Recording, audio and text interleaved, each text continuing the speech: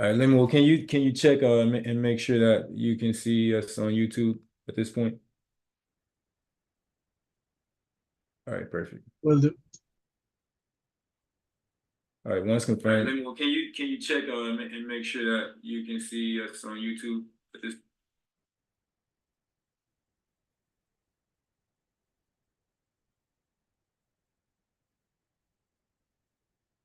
All right, once that's confirmed, we'll get started.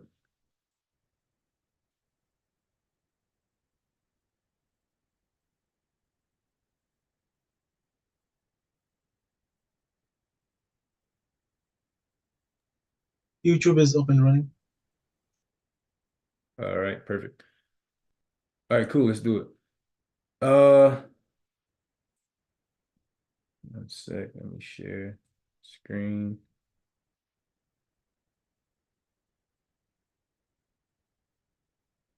All right, how we looking? Everything look okay?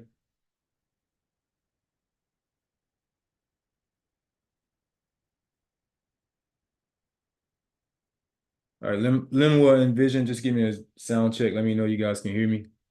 I'm operating from Yep. my desktop, so it's a little Loud bit. and clear. Okay, perfect. All right, so sorry guys for the technical difficulties. Things happen, right? But we'll work through them. First off, I want to thank you guys for joining us today. All right, and I also want to thank God for giving us this platform, giving us the opportunity to serve as even a small fraction of you guys' journey. Um, if you guys have watched any of the masterminds previously, then you know there's tons of value in these things.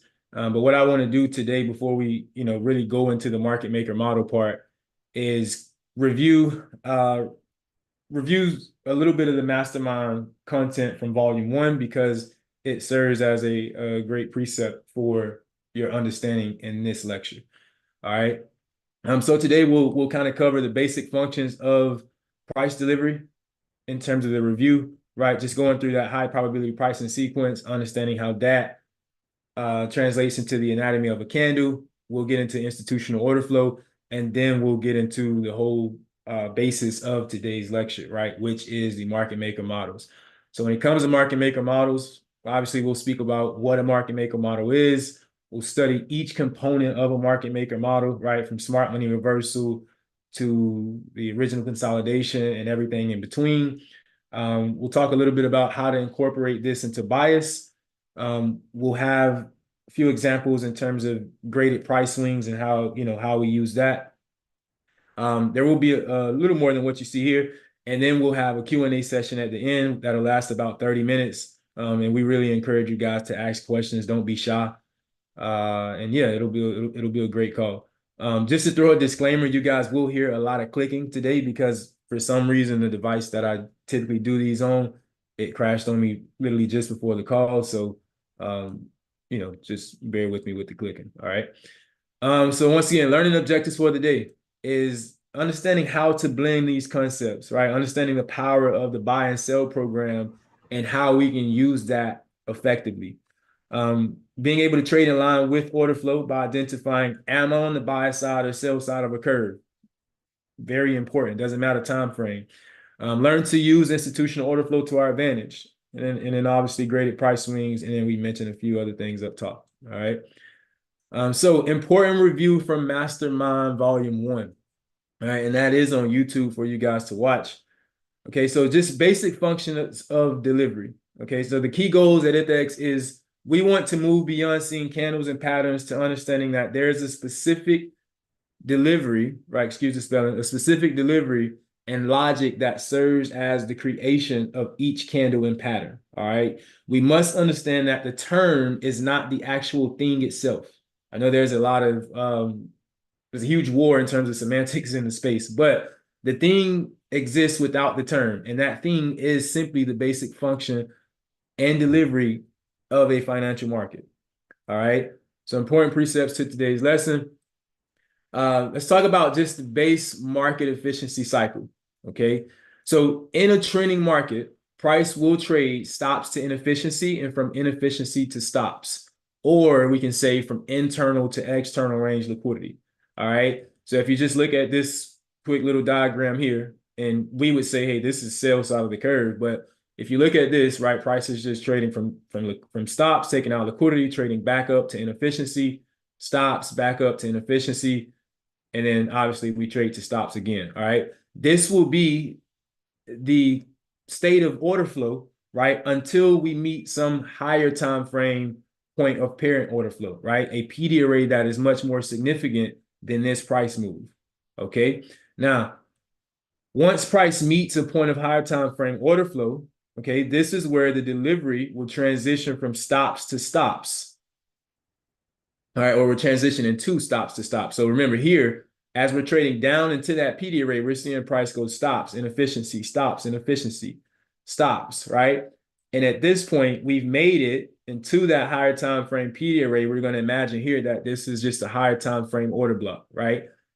And now that we're down into that area, we have the opportunity to see if there's going to be a shift in order flow or a change in the state of delivery.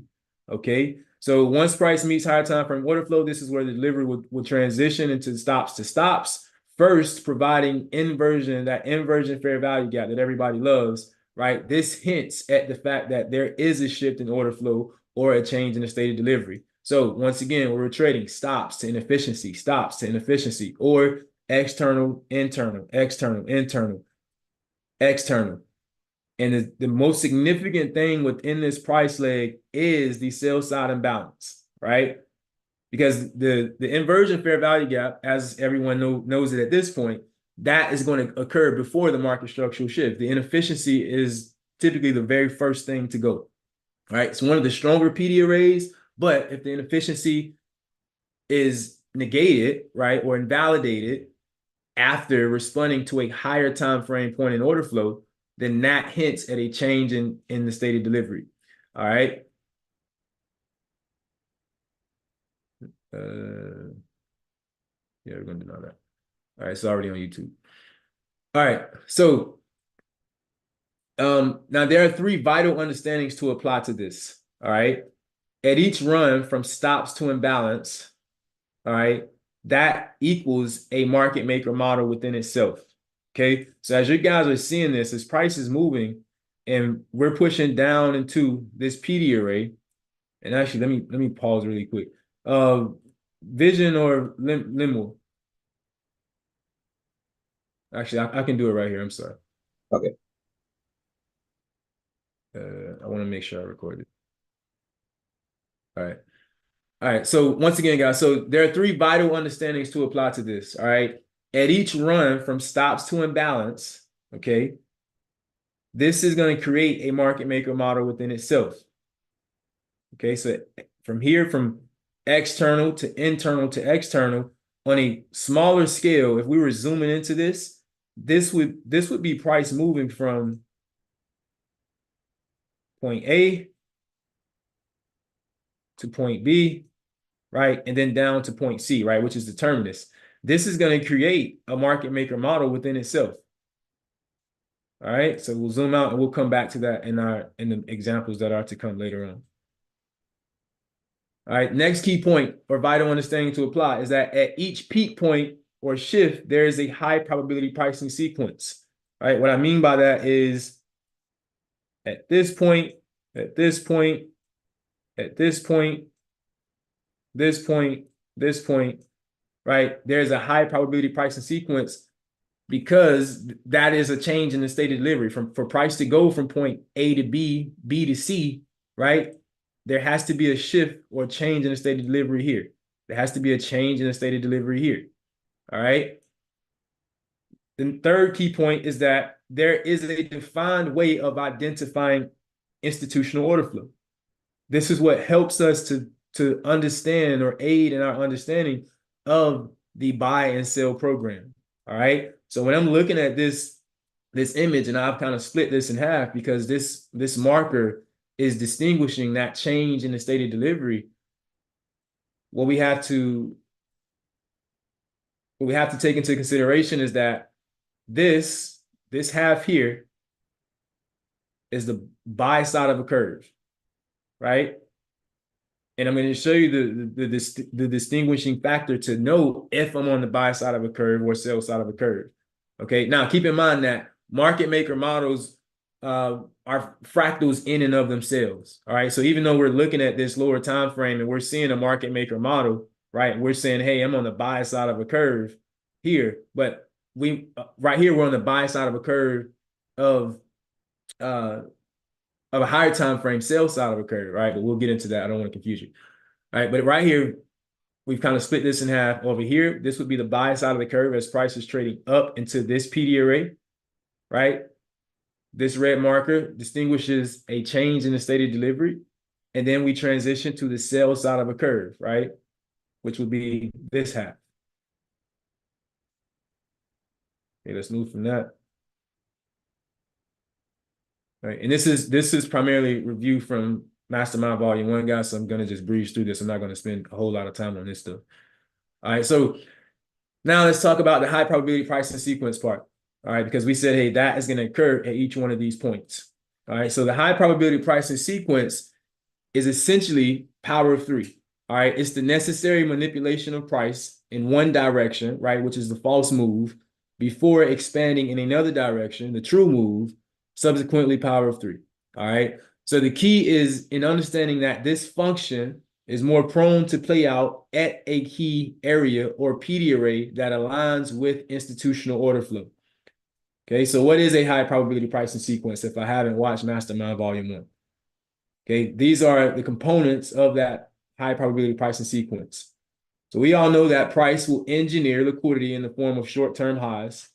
All right, buy stops are resting above this high. And then we neutralize that liquidity. So we'll see, most times we'll see speed into some type of higher time frame array, right? Some type of key level.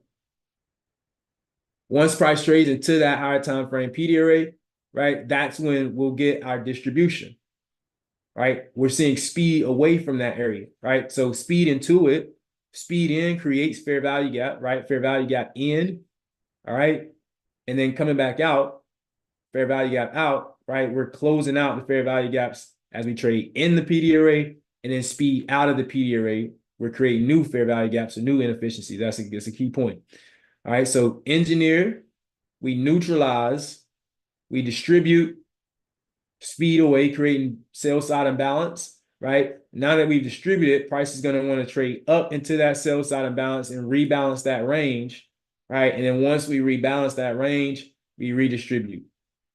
What's occurring here the whole time, right? This move here is a market maker sell program, right? We could split the delivery in half, whereas this is going to be a smaller time frame change in the state of delivery, right? And on this half of the chart is the buy side of the curve. On this half of the chart is the sell side of a curve. All right. So ultimately, what this whole thing becomes is this, right? It creates this fractal. Okay, and there's so many things to derive from this, because we could see this as a swing high, right? Where there's a short-term high, intermediate, short-term, okay? But I also see this as a market maker sell program. Okay, but before we get to the sell program part, let's talk about the anatomy of the delivery right here, all right? Because the anatomy of this delivery basically creates the order block, okay?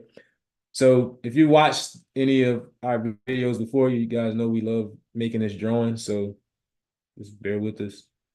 But if we think about this delivery, right, let's just imagine this candle, right, opens, trades a little lower, right, goes higher, let's say it closes here somewhere, all right, that's that first candle. Then the next candle opens, right, trades higher, right, let's say it closes here. This would be the wick on the top side. That's that. And after that, we get a candle that trades away with speed, right? Trades down here. It rejects.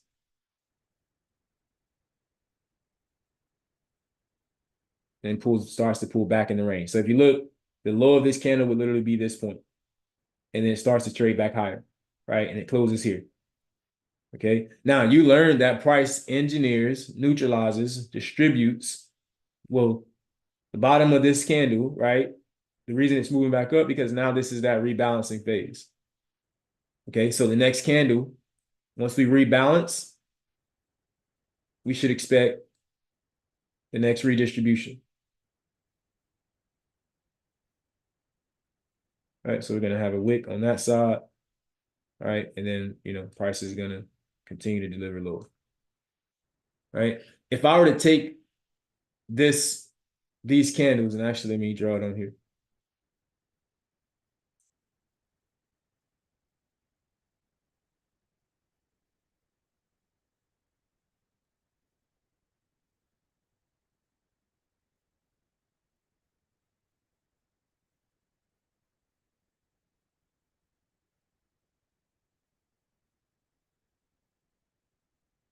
All right, if we consider these candles, and we're saying that this this delivery creates the order block, as you can see here, it creates the order block. And then we also understand now, right? I think the entire space understands at this point that the order block is the change in state of delivery. Well, that means that at every single one of those points that I was explaining to you guys, hey, there's going to be a change in state here, a change in state here, right? Every turning point, you're going to get, even up here, that same delivery, even here, that same delivery, right? Right here, you're going to get the same delivery on a lower time frame. Okay. It's essentially it's power of three, right? It's all one big and small fractal at the same time, right? The same delivery is going to occur here and then also here. Okay. So moving from there, if you look at what's happening right here, right? We do not say that these concepts are just fractals of one another. If we were to draw the opposite side of that curve, right, this would be is a market maker sell program. All right, this whole thing would just be a sell program. Maybe there's one more up close candle right here, right, and it just creates a sell program. Okay, so the point I'm making is you have to, instead of just seeing the candles, you have to see the delivery that creates the candle, right? And then it has to be logic applied with it. Okay, because here we're trading up, higher time frame PD array, right? As price approaches that PD array, what will be the reason that it slows down? Well, that's because we want to create a short-term high, right? That short-term high crouches below that premium array. Then we trade with speed into the array. Buy side imbalances are created here. We want to see buy side imbalances. Why? Because that gives us an edge if we can see that those inefficiencies are no longer respected. All right, and then price trades with speed here, creating sell side imbalance, and then we rebalance, and then that whole process goes, back over and over and over again. If you look right here, it's the same thing. PD array, engineer, neutralize, distribute, rebalance, redistribute. There's an order block is going to be created here. Now, why do I keep speaking about order blocks? Because to understand this whole market maker model thing, we have to get more in sync with seeing institutional order flow. All right. On the sell side of a curve, up close candles are going to support price. On the buy side of a curve, down close candles are going to support price. All right. So this move, this delivery right here is going to create an up close candle. Okay. And if this up close candle forces a second change in the state of delivery here, now I can say, hey, I'm on the sell side of a curve. Up close candles are supporting price. If you watched the weekly outlook from a week ago or 2 weeks ago, there was a scenario where I was speaking about DXY creating a second change in state of delivery, and that potentially confirming bullishness for us, and we never got that second change in state. All right. So we'll take this. So this is all just kind of, I guess prerequisites for going into today's lecture. But now let's get into a little more in depth about institutional order flow. All right. So institutional order flow is a powerful tool that we can use to position ourselves on the right side of the marketplace. Okay. We like to say that institutional order flow is the one thing in price that almost never lies.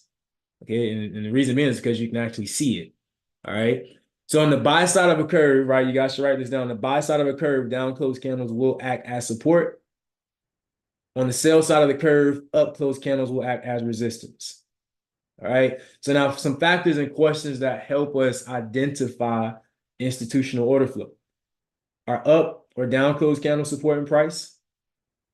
Are buy side or sell side imbalances holding or being negated? Have any balanced price ranges been cleared or created? All right, you might want to watch Mastermind Volume 1 for this. So these questions are to be considered after price reaches into a corresponding PD array. All right, typically if price runs into an array and that array is going to hold, we will see a shift in price's behaviors. All right, so it's just like up here. We were saying that as price is trading higher, it's going to move stops to inefficiency, stops to inefficiency. Well, if we trade into this higher time frame PD array, if that PD array is going to hold, that means we're going to start seeing that these discount arrays, right? The buy side inefficiencies, the down close candles. Well, the very first shift in that behavior, a change in delivery is going to start with this inefficiency, right? That inversion fair value gap. Okay. So most times when institutional order flow shifts, the imbalance is the first thing to go, hence why we can use the understanding of fair valuation and take that concept into a lower time frame for executions if the context and framework align. All right, and that was for the mentorship group. All right, so let's do this little study right here. Okay, so once again, remember, on the buy side of the curve, down close candles are going to support price. On the sell side of the curve, up close candles are going to hold as resistance. All right, so if we look right here, price is trading higher. And the whole premise of this price move, right, if we think about power of three, let's imagine that the current market price was resting right here. If you guys can see the right side of the chart, current market price is here. And you knew that this is that higher time frame PD array. All right, so let's imagine that we have this move. There's a low resting right here. All right, price clears out that low, and then here we are. All right, so you learned already that price trades from stops to inefficiency, right? So right here we've gone up, we've traded down, we've taken out sell side liquidity, right, or external range liquidity, and now we're moving back up to internal range towards this PD array. All right, so going back over, we get down here and we see original consolidation. I'm going to speak about go more into detail about this, but we see speed from that area.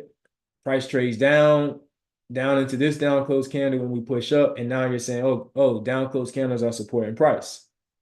All right, buy side imbalances are actually holding. These up close candles are being taken out. The sell side imbalances, if there was one here or here, those guys are being taken out as well. Okay, why would this be happening? Well, it's probably happening because price wants to trade up to the higher time frame PD array. So we should see that order flow sustain itself at least until we get to that higher time frame PD array. Now, does this mean that this higher time frame PD array is going to hold? And should we take it for face value? No. Right? Why? Because we can use our understanding of institutional order flow to respond correctly or respond within reason to that higher time frame PD array. All right. So before we respond as traders, allow IPTA to respond and show us if there's been a change in the state of delivery or a change in institutional order flow at that PD array. All right.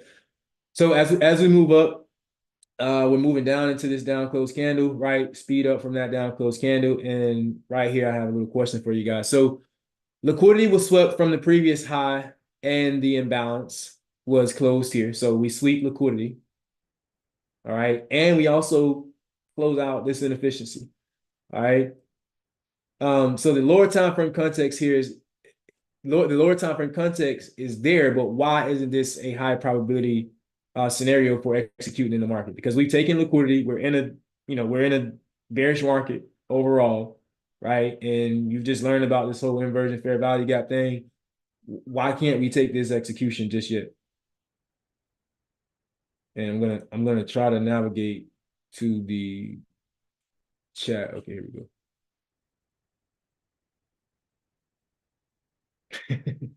Thanks. The battery is full. I like it.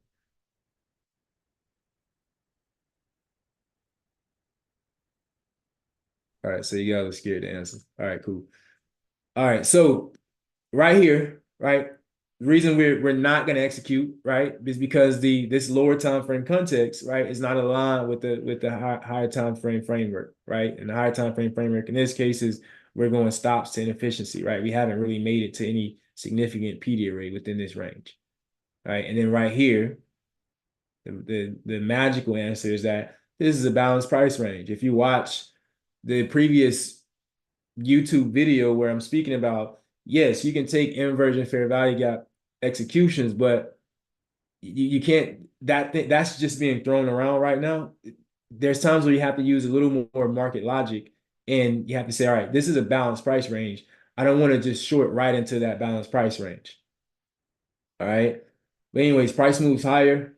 All right, we get closer to the PD array, and then we start to create short-term highs.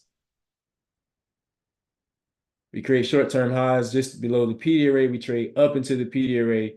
Now we are responding to a higher time frame array.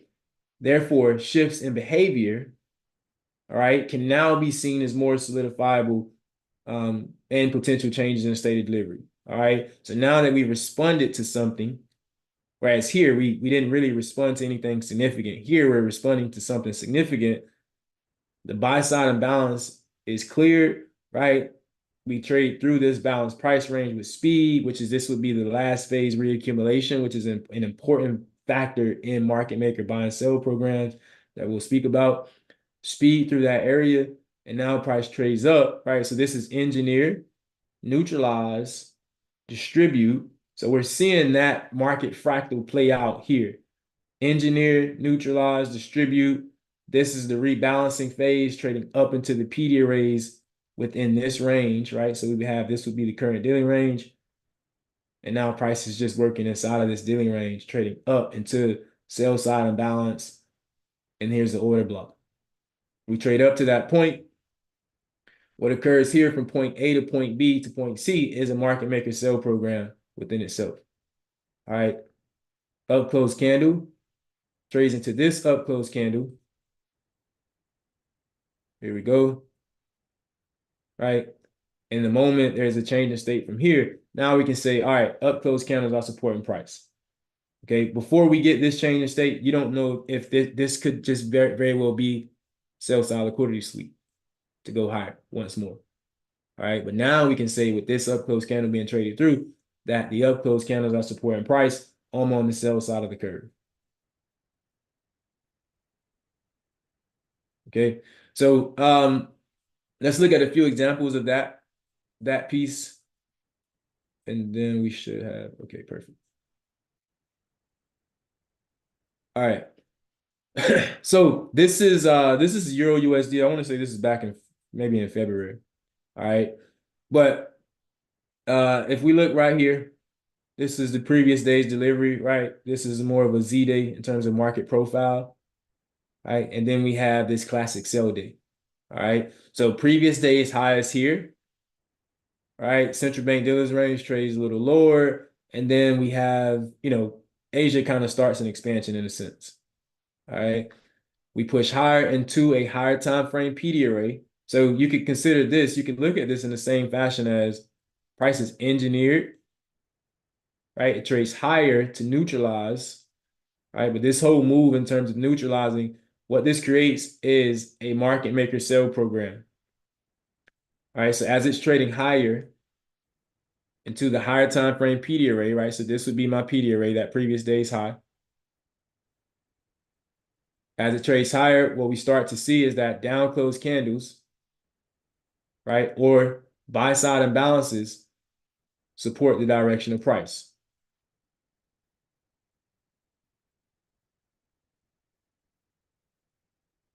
Right, these guys are supporting the direction of price.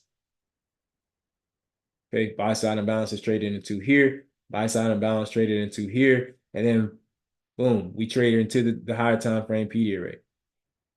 Speed into that PD array. That's what we want to see. Okay, now right here, there's a shift, right? Inversion fair value gap is created, all right? And then there's a change in the state of delivery from this up close candle.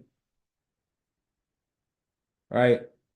As we continue to trade lower, right, we start to see up close candles are now supporting the direction of price, right? Down close candles, right, are being taken out.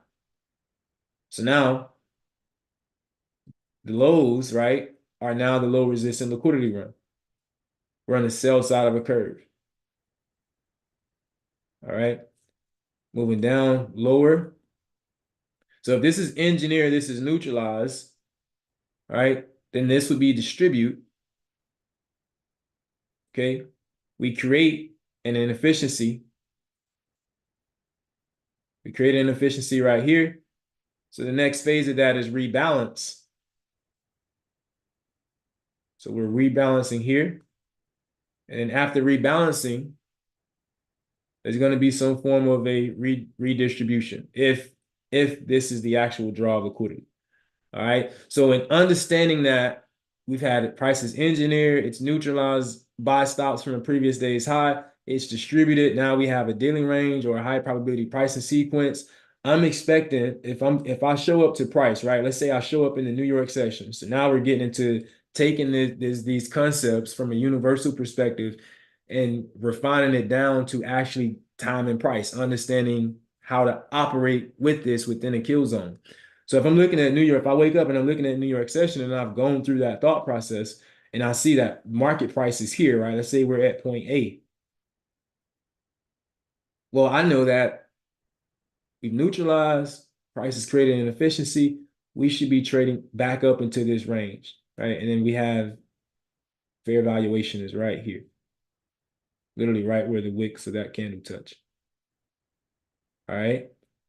So if I'm looking at point A, I'm saying, all right, we need to rebalance this range. I'm expecting to see a market maker sell program go from point A to point B and then transition into my redistribution phase, which should give me the next expansion to whatever the higher time frame draw is. And on this particular day, there were equal lows on Euro USD, and price actually attacked those equal lows. Okay, so if I were here, okay, and this is the higher time frame here, but this will be the lower time frame that you would see.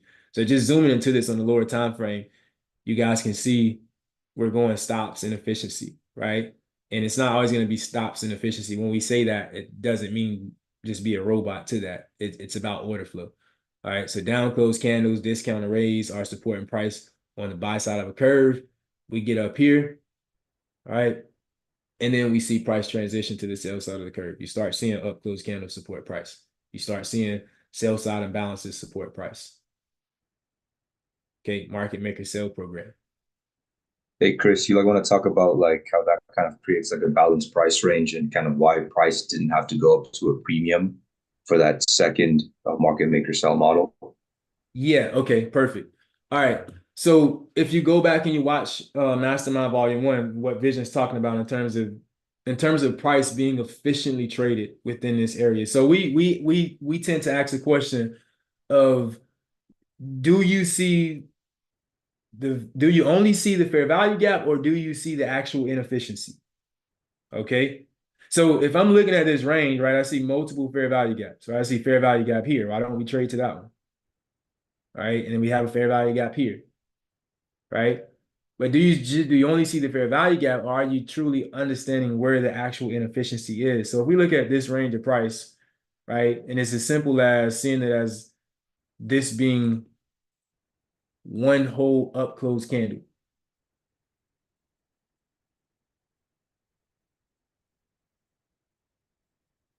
Struggling with the drawings, bro. All right. And then seeing this as one whole down close candle, which makes everything from left to right efficient, right? And the only point of not being efficient is right here, right? And we're just calling this fair valuation. So efficient here, right? Did I hit every point, Vision? Yeah, yeah, you did. Perfect. Thanks for pointing that out. All right. So if going back to us applying this to a live market, right? If we wake up and now I'm in the New York session and I'm saying, hey, price should trade up to fair valuation, all right, and it's 7 a.m., 7 a opening, the opening point of the kill zone, and I want to get involved for the New York session, and I'm taking all of this logic and I want to apply it.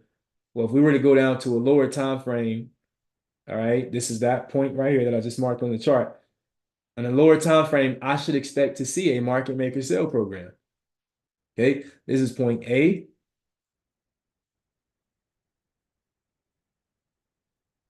Point B, right? And then here's point C. Okay, and I know I keep saying, you guys are probably like, he keeps saying point A, point B, point C. I'm gonna go through every single portion of this. All right. But if we were trading this, we see this as, all right, price is pushing up to that point in fair valuation. You might be saying to yourself, man, I'm looking at this range. Right? And there's a shit ton of PD arrays. We have multiple order blocks, multiple fair value gaps. One of the most common questions is, well, how do I know which PD array that price is going to trade to? How do I know which fair value gap price is going to trade to? We don't know. We shouldn't care to know. Why? Because when price trades to whatever PD array that it defines as most significant, there's going to be a shift in order flow. Right? So over here, you see down close candles support price. Right? Down close candle support price here. Okay. Buy side imbalances support price. And what happens? I want everybody should be able to answer this at this point, right? We talked about this in the little preset part. But what happens is price gets close to fair valuation, right? What do we call this delivery right here? What do we call this?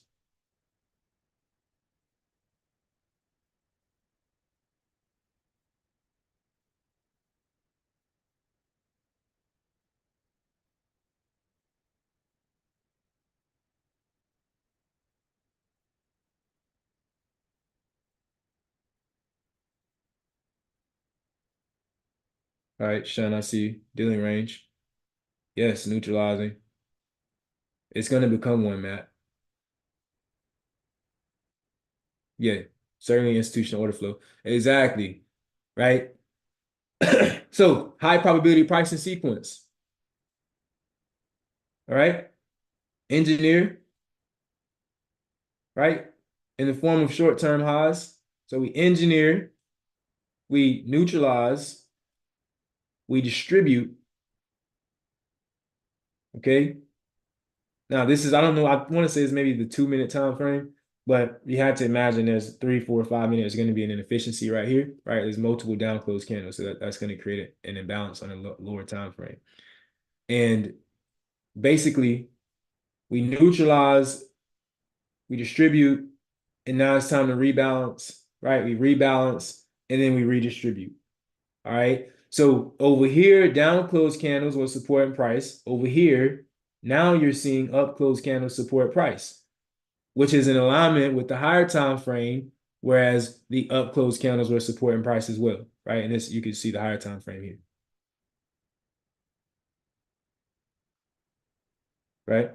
So, and then that trades all the way down to the equal lows on that particular day. All right, don't worry, guys. We'll have a 30-minute Q&A session at the end, so you guys can ask whatever questions you want. All right, now let's look at this chart right here. So this is a weekly chart of Euro USD. All right, so now what do you now notice in identifying buy and sell side of the curve? And I've already kind of, I've already pointed it out. We've already spoken about it. So, but basically the point that I'm making right here is, you can clearly see the down close candle supporting price, right? You can clearly see that buy side imbalances are holding up, all right? And then we get up here, there's some type of higher time frame array to the left. We engineer liquidity, we neutralize it, all right? And this creates a failure swing, but overall swing high fractal. And then over here, you start to see that the up close candles are supporting price. This is a weekly chart, right? So you can clearly see the down close candles over here. So now let's imagine, like if let's say we woke up and we just started trading yesterday and we came and we were right here in the chart. You would have to come up with some type of premise as to where price should trade next. Right. And the very first thing you should do is say, all right, what side of the curve am I on? And the way you answer that question is you look at price and you say, are the up close candles supporting price or are the down close candles supporting price? In this case, the up close candles are supporting price. So from a probability standpoint, you have a much better chance if you were to think open, high, low, close in terms of a weekly range expansion. Right? Why? Because these up close candles are supporting price. I don't know if we trade directly into this. Maybe we don't, but we hit the sell side imbalance. There's always going to be either the up close candle or the sell side imbalance, either the down close candle or the buy side imbalance.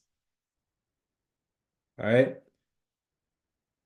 So back out. All right, but what I want to show here, I'm just showing you guys how you can study institutional order flow by just going on the chart, find every single, peak and reversal in price, and just highlight each half of the chart and begin to study, right, the characteristics of each side of the curve.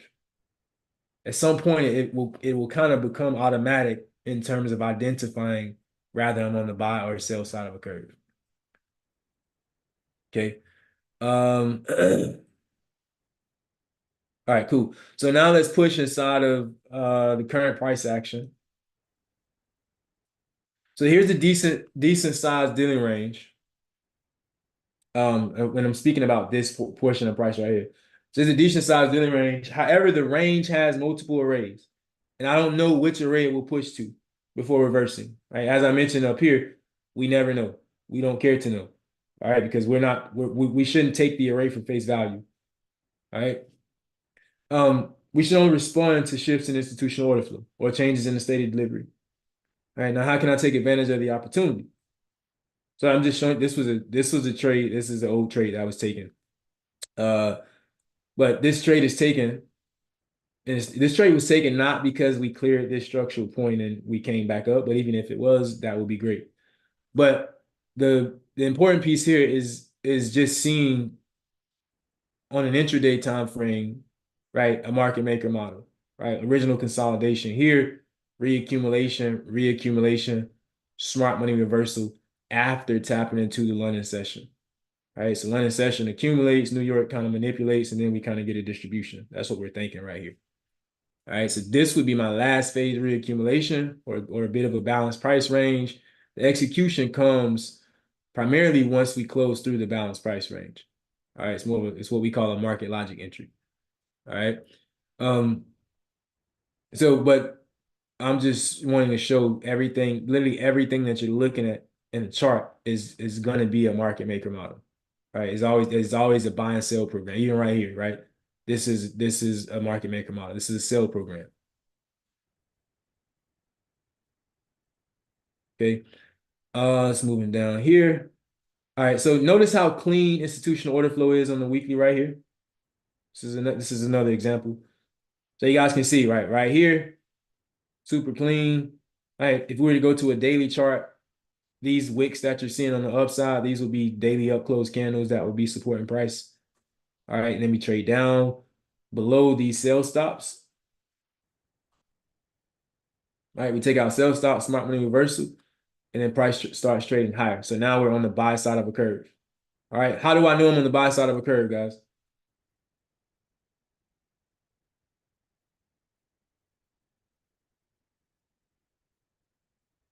How do we know buy side of the curve?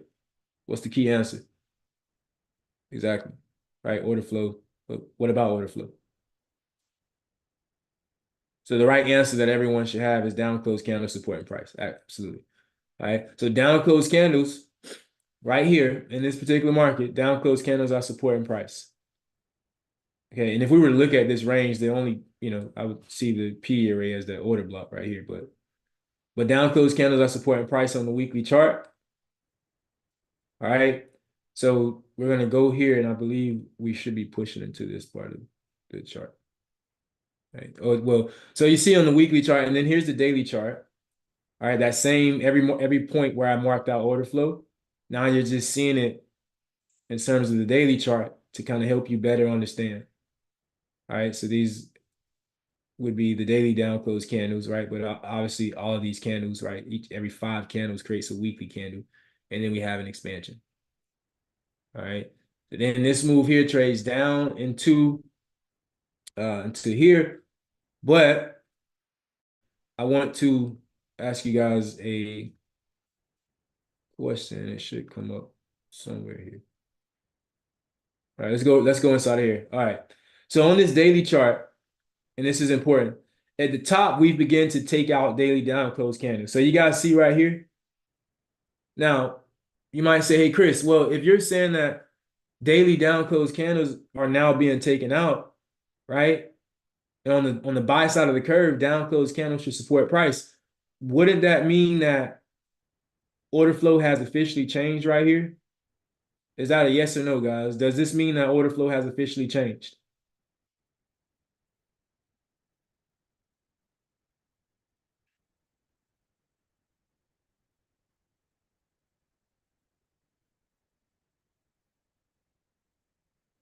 Tell me why.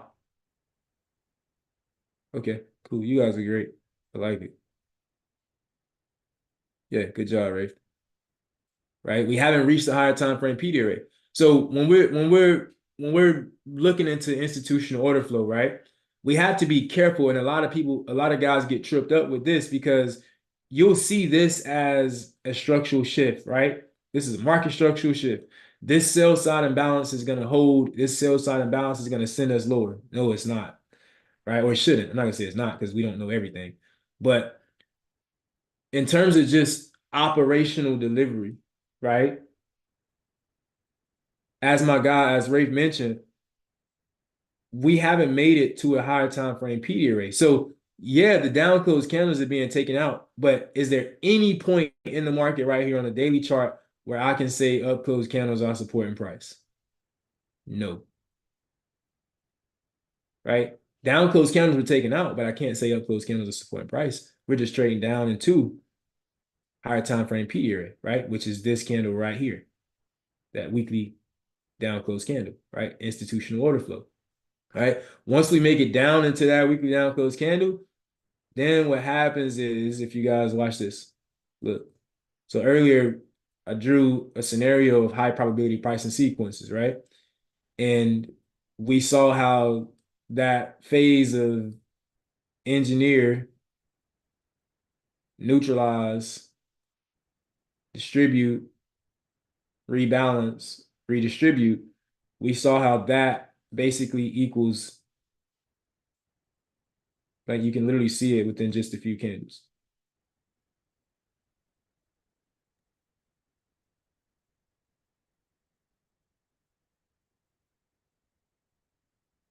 All right, I'm not going to draw the colors. But if you look right here, we trade down into fair valuation. All right, Vision, you want me to explain this part?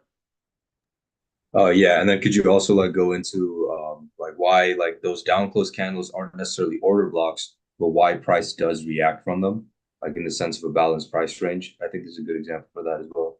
Yes, I'll let you explain that part. I'll explain this part right here. All right, and Okay. then you can take over and explain the part about the down close candle.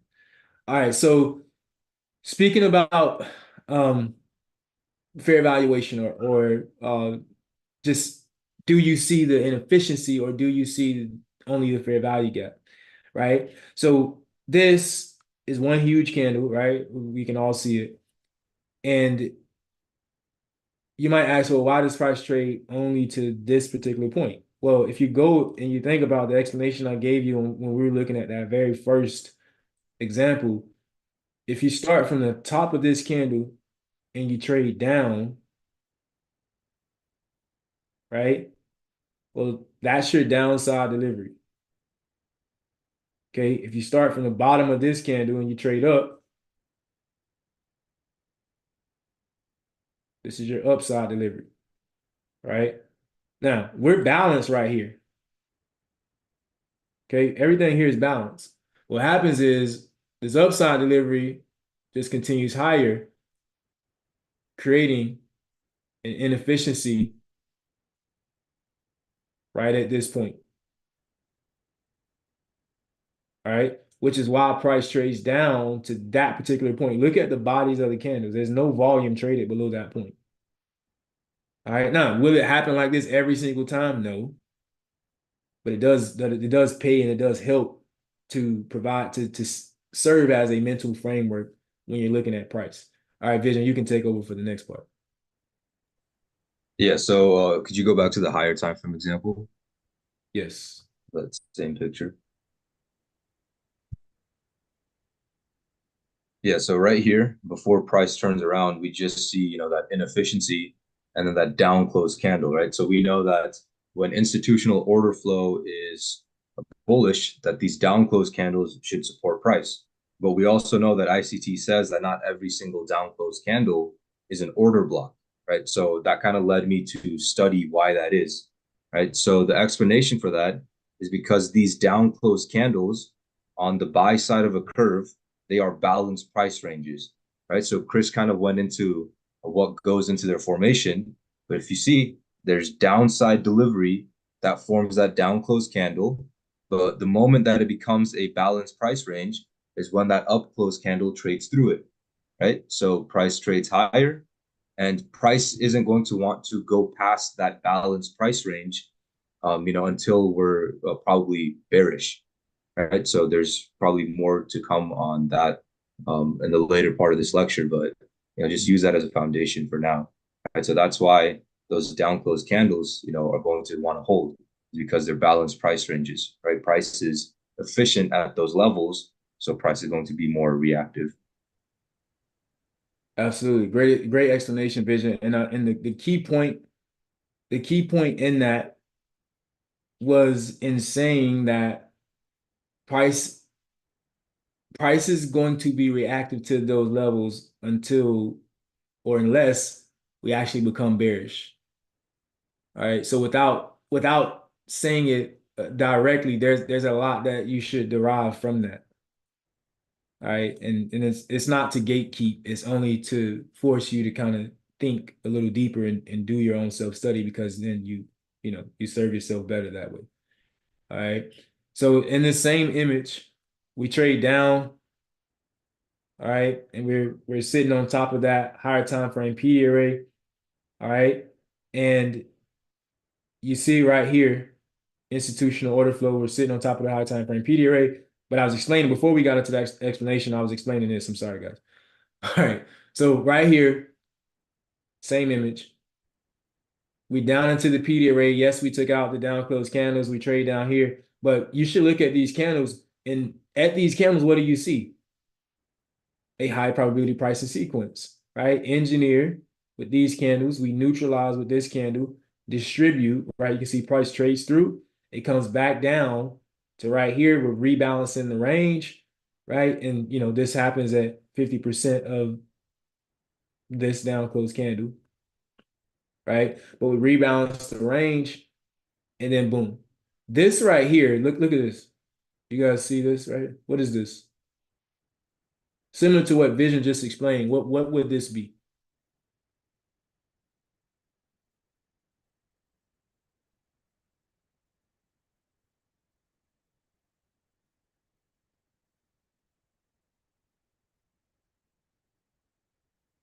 Yes, right? A balanced price range.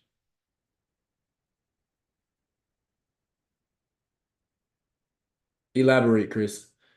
All right, so all of this right here, this delivery, right, is a balanced price range. We exit, right? We come back, fair market value, and then speed again. This was actually CPI. All right, and then we push higher. But ultimately, what's happening is sell side of a curve, smart money reversal, buy side of a curve. Buy program within a buy program. All right, and this is the lower time frame. I was just going to show you guys in the lower time frame, but same stuff. You can see the order flow. So this is where we saw those daily up close candles, those daily down close candles were taken out, right? You saw your market structural shifts on the 4-hour. And I want to be clear. Yeah, you can short this, right? There's nothing wrong with shorting this. It's just understanding that as I get to a point of parent order flow, I don't want to keep shorting because you know what happens? This right here is a sweep of liquidity, right? Trade lower. You see this as a market structural shift, and then you think that this order block should hold, right? But what's actually happening is price is just creating a short-term low. That move lower is creating an intermediate term low, right? And then now you got a failure swing, the other short-term low creating a swing low fractal, and then price is moving higher. All right. But when the way you would be able to position yourself for that or not be tricked by this right here, boom, boom, and think that this point is going to hold is if you understood that, hey, all of this is happening from a higher time frame point of order flow. So I shouldn't take this sweet market structural shift for face value. I should see this as short-term low or engineer, neutralize, right? We distribute, rebalance, right? Redistribute. All right. So back to the top. Just one quick point for you guys. This is when it becomes frustrating. All right, when we're speaking about institutional order flow. All right, so tell me what is happening right here.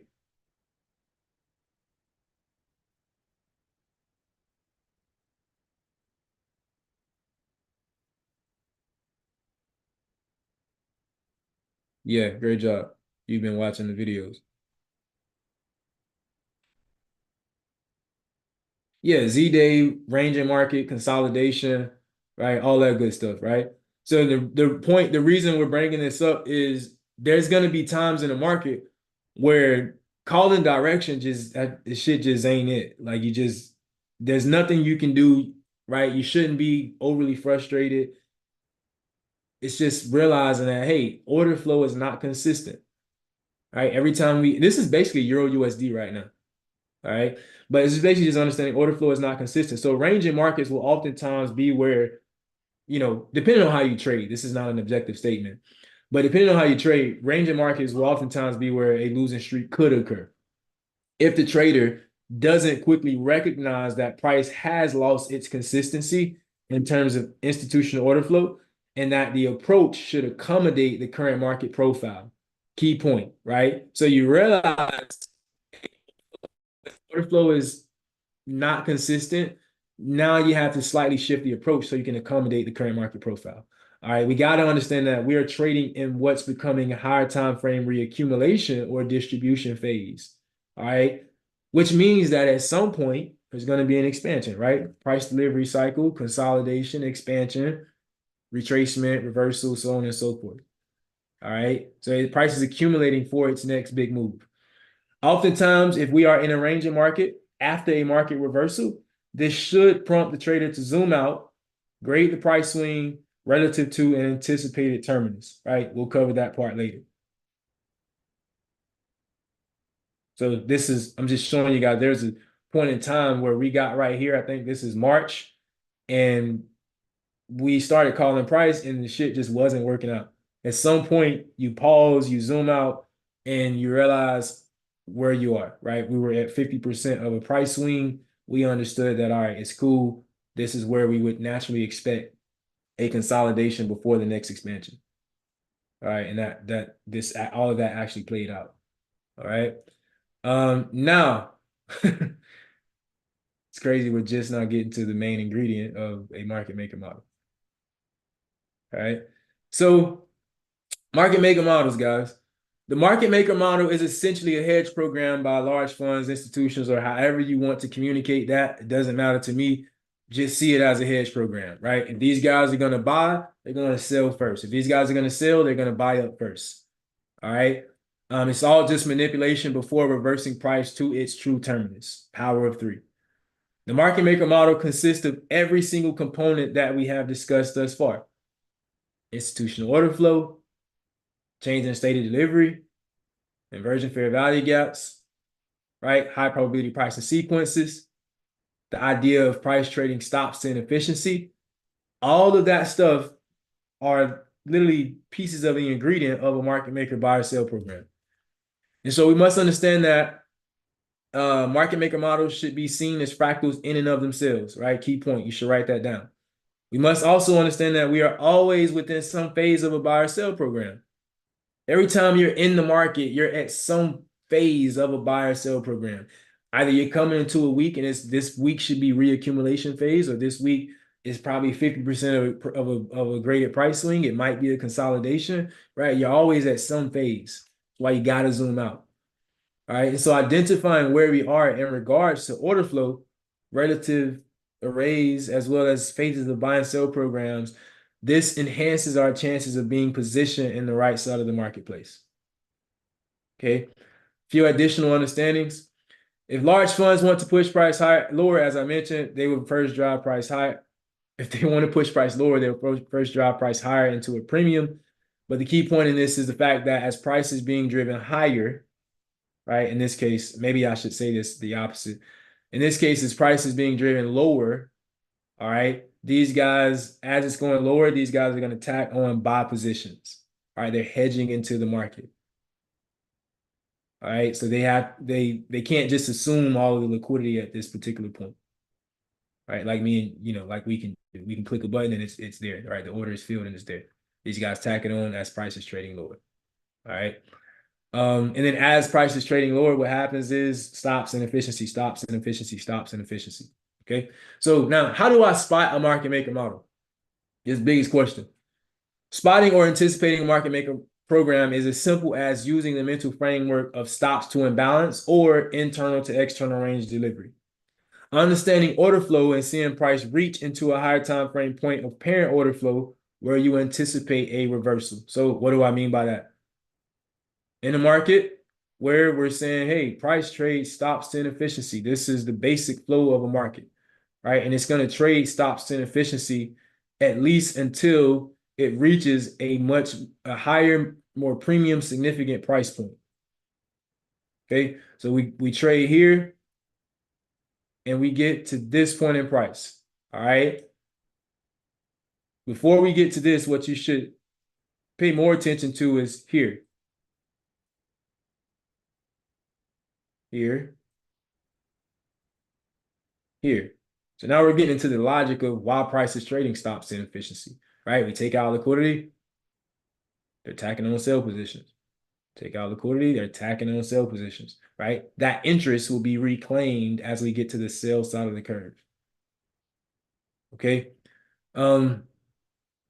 So yeah, so to spot a market maker model, right? Let's imagine that we were seeing price trade up to this point. But every single time that we take out liquidity,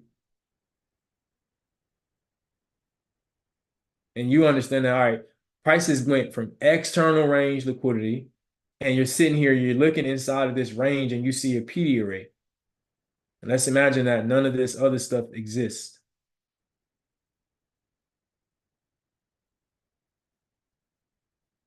When you're looking at price and you're thinking, all right, I want to see price trade down to that discount array. This is my current dealing range. I want to see price trade down to that discount array. Well, in your mind, what you should imagine in your mind is this. Before any pattern or anything, your mind should literally have an image that looks like this.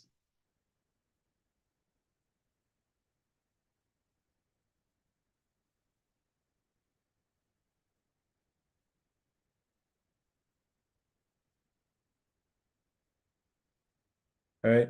Why? What is this image? What am I depicting right here? I'm coming to the chat. If you guys can answer, please. Not quite.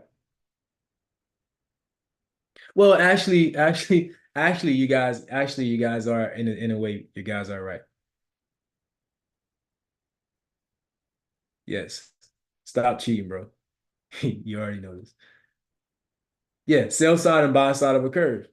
All right. So in my mind, so as I'm looking at this and I'm saying, all right, there's a PD array. Maybe there's multiple PD arrays. But I don't really, it doesn't bother me that I don't know which PD array it's going to trade to, right? All I know is that, hey, there's a higher time frame point of interest up here. We have not made it to it. Price is on its way to it, and it's going to trade stops to inefficiency or, maybe to order block. But stops to inefficiency is what we're going to see. So that means mentally I should see sell side of the curve, buy side of the curve, meaning that at the crossing point, this equals a change in state of delivery. This equals a smart money reversal. This equals a shift in institutional order flow. This is the starting point, current market price. This point right here is the terminus, right? So what happens is price goes, stops, right? Maybe original consolidation, stops, inefficiency, stops, inefficiency, stops, inefficiency. Gets down here, engineers a short-term low, boom, right into the level. Speed in, speed out. Clearing the last phase, and now we're on the buy side of the curve, right? Guess what? You just saw a market maker model here, but when you zoom out, you understand that this whole thing is a market maker model.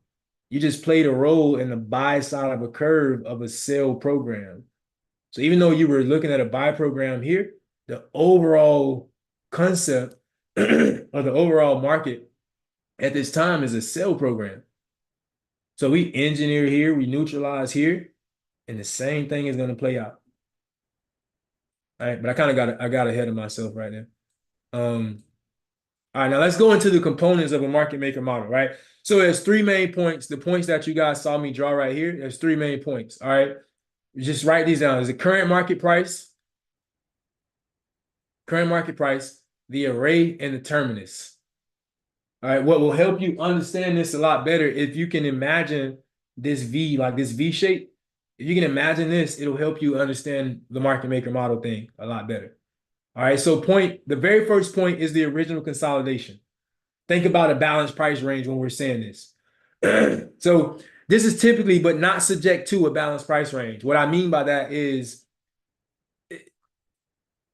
because market maker models, a buy program could become a sell program becomes a buy program. Or a smart money reversal could also become the original consolidation. The original consolidation could also become a smart money reversal, which is why I say it typically is, but not subject to, a balanced price range. The way in which we identify the original consolidation is simply using the logic that we understand about BPRs. So more textbook scenario is finding a tight range in price where price fails to leave with volume. All right, so just looking at this right here, this is Euro USD. All right, so if I'm looking at this point in price, right, we spend a lot of time in this area, and there's consistent points, right? I could look at this point, or I could even take this. There's consistent points in price where we fail to leave with volume. And whenever we leave, right, you see we leave here, rejection blocks are formed, right? We left here, rejection blocks were formed. Same here, rejection blocks are formed. All right. Then we leave with speed. So this is my original consolidation right here. All right. And price trade, this is where price traded down into, is this euro or pound? All right. What price point? 106. All right, I think this is where price traded into, maybe a monthly fair value gap. I'm not sure. But that's the original consolidation. All right. Remember, current market price. Now, low risk buy, after we leave that BPR with speed, right? When price makes the first exit with speed and has a retracement of some sort, we consider this a low risk buy or low risk sell, right? Primarily a failure swing. Okay. So right here, we leave with speed, we trade back higher, right? And we're anticipating a failure swing. We're saying, all right, up close candles are supporting price, right? Sell side imbalances are supporting the direction. And when I say support, I mean supporting the direction, not supporting resistance. But up close candles are supporting the direction of price, and sell side imbalances are supporting the direction of price. All right, so this becomes my low risk sell.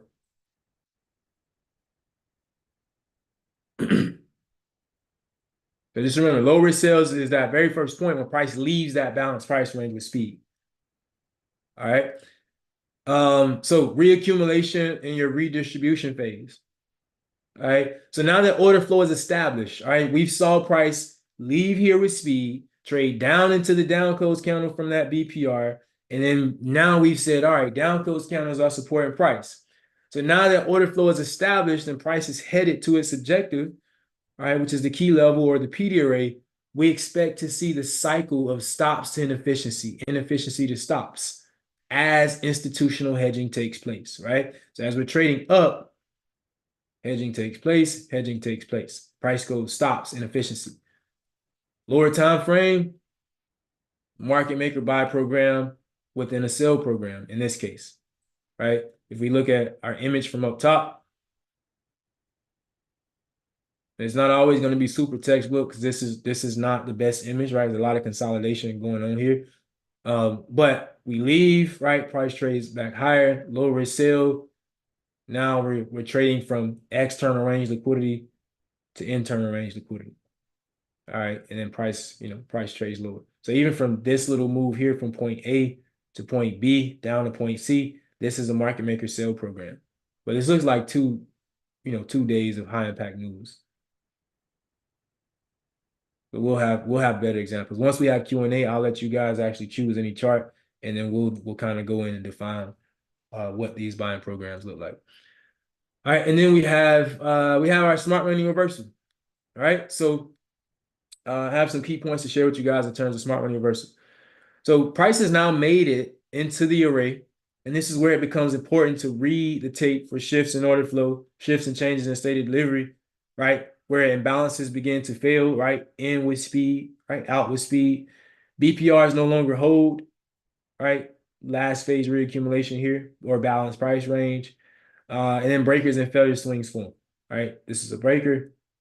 If we get a low risk sell, it creates failure swing, right? Sell side of the curve. We've responded to the up close candle that was created here. Now, here's a key point about smart money reversal. How do I solidify smart money reversal? One of the key points as you guys are looking at price, right? When price pushes into a PD array, right, or significant PD array, majority of the time before an explosive move, there's going to be a cracking correlation, right? So this is one of the ways that we like to really solidify this smart money reversal. When we're looking at price, it does not matter the time frame. When you're looking at price and you've identified a higher time frame PD array and you're now on your lower time frame and you're watching price trade into that PD array, once price gets into that PD array, one of the best things you could do is pull up a correlated asset and see if, imagine if this is S&P 500 and NASDAQ, right? See if the correlated asset, right, fails to take out the high where the asset that you're looking at actually does take out the high, right? Because remember, the PD array is like a footprint, right, of institutional buying or selling. All right. And so when price runs back into that PD array, we want to know if those guys are still interested at that level. Are they still playing at that level? Well, if we see a cracking correlation at that level, right, then that cracking correlation kind of solidifies that PD array. Right? And then obviously, there's a few other additional points to go into it.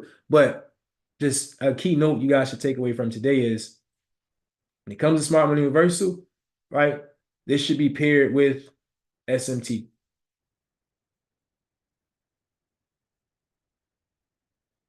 Right. And then we have our offset distribution, right, or the terminus. So market price, array, terminus. Everything in between is just low risk buy, low risk sell, reaccumulation, redistribution. All right. So offset distribution, this is where price reaches its terminus. Depending on if the move was pro or counter trend, we will see price continue or halt at the BPR. This is a key point. I'll read it again. When price reaches its terminus, depending on if the move was pro or counter trend, right, retracement or a continuation, we will see price continue or halt at the BPR. Okay, so right here, this would be the terminus. We've offset distribution. Important note. How do I know when price will or will not trade through the terminus, excuse the spelling, or original consolidation? This is dependent upon the current state of institutional order flow. In some cases, if the move is a retracement into internal range liquidity, right? Retracement into internal range liquidity, then the market maker model or the market maker sell or buy program may not complete fully through the original consolidation. Retracement, boom. So what happens is you have sell program that turns into a buy program. We took buys from this area this week, right, to attack this because we understood there was a buy program at play here. All right. If the move is going from internal to external, or in the direction of order flow, right? Direction of order flow, sell weekly buy side imbalance in this case, which is what we tapped into. This is when probabilities are increased to trade through the original consolidation. Right, and then here we go. That was S&P 500 or NASDAQ for last week. Okay. Let me check the chat real quick.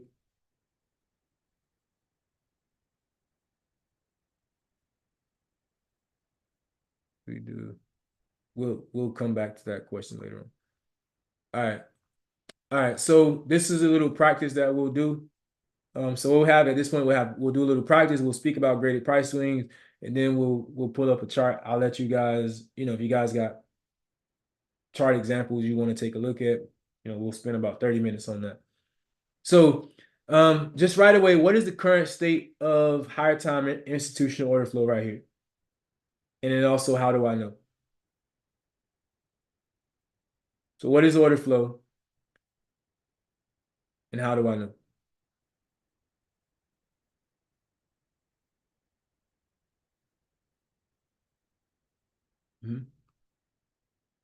All right.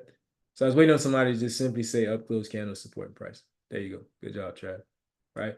Up close candle support and price. Okay. So on the sell side of a curve, price is gone, stops inefficiency or external, internal, external, internal, external. What is my thought process at this very moment in price?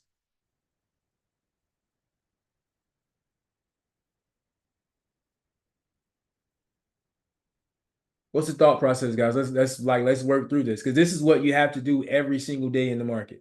Doesn't matter what time frame you trade. If you trade smart money concepts or ICT, you're always looking at a PD array and you're always waiting for price to reach into the PD array.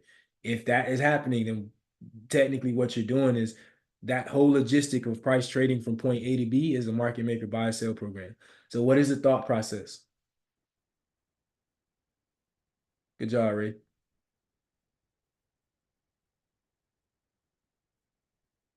Exactly. Not quite.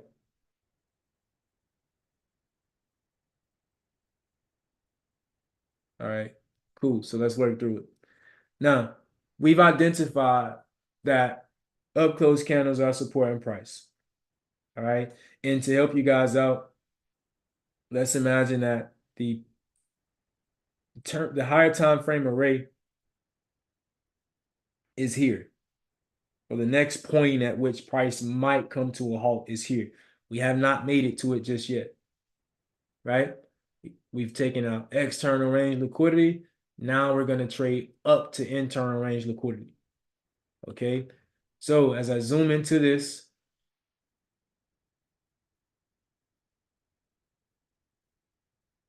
exactly, stops inefficiency. Good job. As I zoom into this, what's going to happen is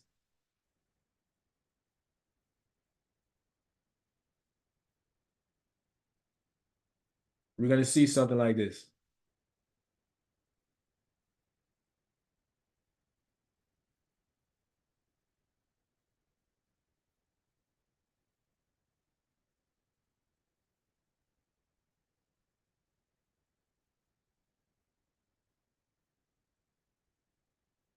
All right. So this is price, right? We get a little bit of a balanced price range. We're balanced here, right? we push below that level.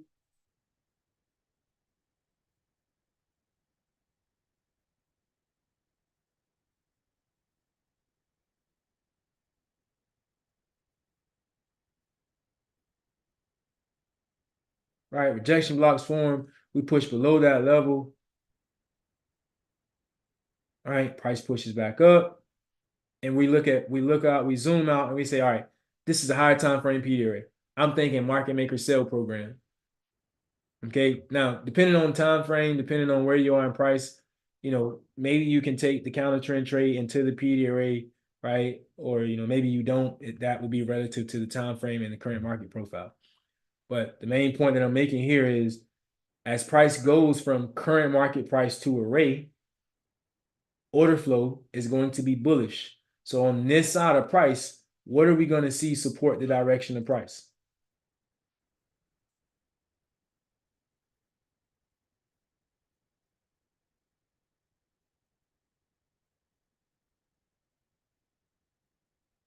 Yeah, down close candles, right? And then price is also going stops, inefficiency, stops, inefficiency, stops, inefficiency. Now, I'm on the sell side of a curve, right? This could very well be a buy program, guys, right? This could very well be a market maker buy program. It's just that we haven't made it to the higher time frame PD rate, right? So if I'm looking at price, we traded stops, inefficiency, stops, inefficiency. What is also occurring inside each one of these price moves?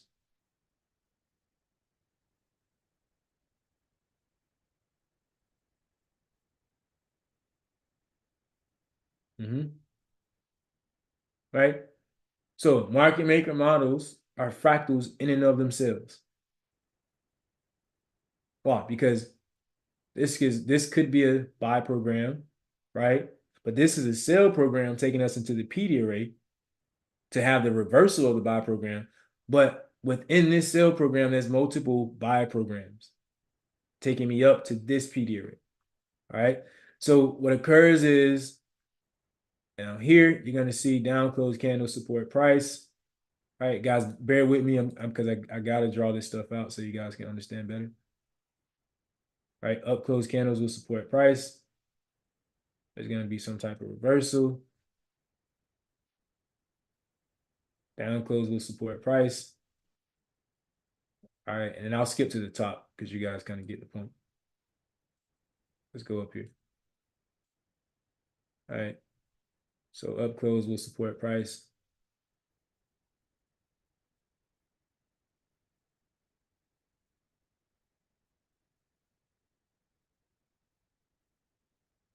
Down close is going to support price. Stops inefficiency, stops inefficiency. We're inside of the PD array, but even on a smaller scale, we're thinking engineer, neutralize, so on and so forth. All right. But in between every single point, guys, price pushes up. We leave that balanced price range. At this point, we don't really know. At this point, we don't really know if order flow has really shifted. This could just be a liquidity sweep to go lower, right? But the moment we trade above this level, we have a change in the state of delivery again. All right. Now we know, all right, order flow is bullish. Okay. And the reason being is because what's going to happen is this delivery creates a down close candle. This delivery creates another down close candle. Right? So now we're able to say that down close candles are supporting the direction of price, right? Order flow, at least for this time frame. We haven't nailed a time frame to any of this. Right? At least for this time frame, at this point in time, order flow is bullish, and it's bullish to the extent of this more parent order flow PD array. All right. So as I'm engaging with the market, right, I should be seeing all of this as buy and sell programs. Buy and sell programs. And I know, and I have a certain parameter because I know, all right, as I get closer to this PD array or this up close candle, I have to be less aggressive in terms of shorting this market. I should start being more patient and prepping myself to see if there are signs of a potential change in the state of delivery, of a potential shift in order flow. All right. No drawings on the chart just yet. All right.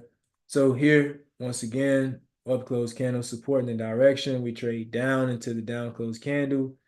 At that point, we should be on our lower time frames, and we're trying to see if there's a shift in order flow. All right. And we're trading. And then if we're trying to call out bias or direction or the draw, well, we already know that this is the low resistant liquidity run, at least for this time frame. All right. This is going to be the low resistant liquidity run. As we get higher and we start approaching parent order flow, right now this should become high resistant, and then we want to see if things shift, if this time frame gets into alignment with this higher time frame. All right. But along the way, down closed candles are created. This also creates a down closed candle. All right. Now, that creates a down closed candle, but what also happens is this creates an up closed candle. Right. It's like connecting piece, right? Up closed candle meets up closed candle. Boom. Can I add to that, Chris? Yes, sir. Go ahead. Yeah, so like when you look at these completed market maker models, like literally that's just a creation of a balanced price range, right? So when you think stops to inefficiencies going up to an array, price has to efficiently deliver as it's going there. It's not going to go there in just one fail swoop to the top, right? Yeah, it like has to efficiently deliver in order to get there. So that's why, like here, Chris not only drew stops to inefficiencies, but also, balanced price ranges, right? Like there's no fair value gap there, but you can see, that price is being efficiently delivered as it's going. And, as the market maker models are completing, those are balanced price ranges that are being created. Mm. Great point, bro. Key point. Mhm.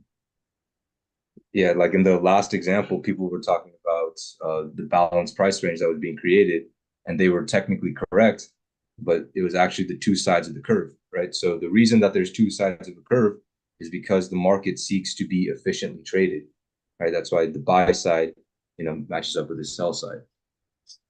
Absolutely. Great point, bro. Thank you for that. So as we get up closer, right, we approach that sell side imbalance. All right, price runs into the array. You're looking at you're inside of your chart and you're looking at price. You're literally studying. You're seeing down close candles and supporting price. All right. And at this point, you know that I don't have to take that fair value gap for face value. Why? Because I should respond after the market responds. If the market doesn't respond, I shouldn't respond. Okay. So as we trade into this, mentally, what should go on in your mind, your entire mental framework should be here. You should be dividing this delivery in half. Does not matter the time frame. And you're dividing that delivery in half because this equals change in the state of delivery, right? Now, there's two points about this, guys. Okay. Obviously, as price trades here, there's going to be buy side imbalance created. All right. No doubt about it. There's going to be some form of speed into that level. Okay. Now, you have a change of state here, right? But when it comes to us just speaking about the textbook scenario of a market maker model, all right, without getting into the advanced stuff, right? Because yes, we teach this all the time in terms of more advanced entries, right? In terms of the structural shift, that being second, right? The structural shift is just the effect of a cause. The cause is the change in state. All right. So what I'm saying is you can take advanced entries, inversion, fair value gap, executions, and things of that sort. But when we're speaking just about the basics of a market maker model, one of the key points is when you're wanting to fully solidify the smart money reversal, right? When you want to fully solidify it, find the last phase of reaccumulation or the last phase of redistribution. All right. Why is that important? Because, and then there's a few ways to put this, but that last phase is, in a simple terms, is going to be that literally as we say, like the last phase. All right. Now to be more advanced with it, if there's a structural point, right, and you have to go back and watch Mastermind Volume 1 to gain more from what I'm saying at this point. But if there's a balanced price range here, and we know that the balanced price range is, that's like a strong area of support resistance. Well, let's say there's a structural point, like there's a low and then price pushes up. All right. When price trades through here, am I going to take this market structural shift for face value? How would I respond? How would you guys respond to this? Let's say it does displace at this point.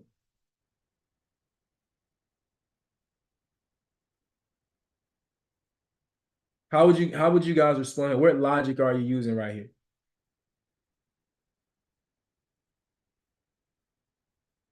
Because we've taken liquidity, we've had a structural shift, you've had your inversion fair value gap, you learned it, somebody's executing on the inversion fair value gap. But what would make most sense right here? Well, this is a sell side sweep. Why is that? I think it's Reen or Renee, maybe. Okay, this is a Trav. That's a great answer.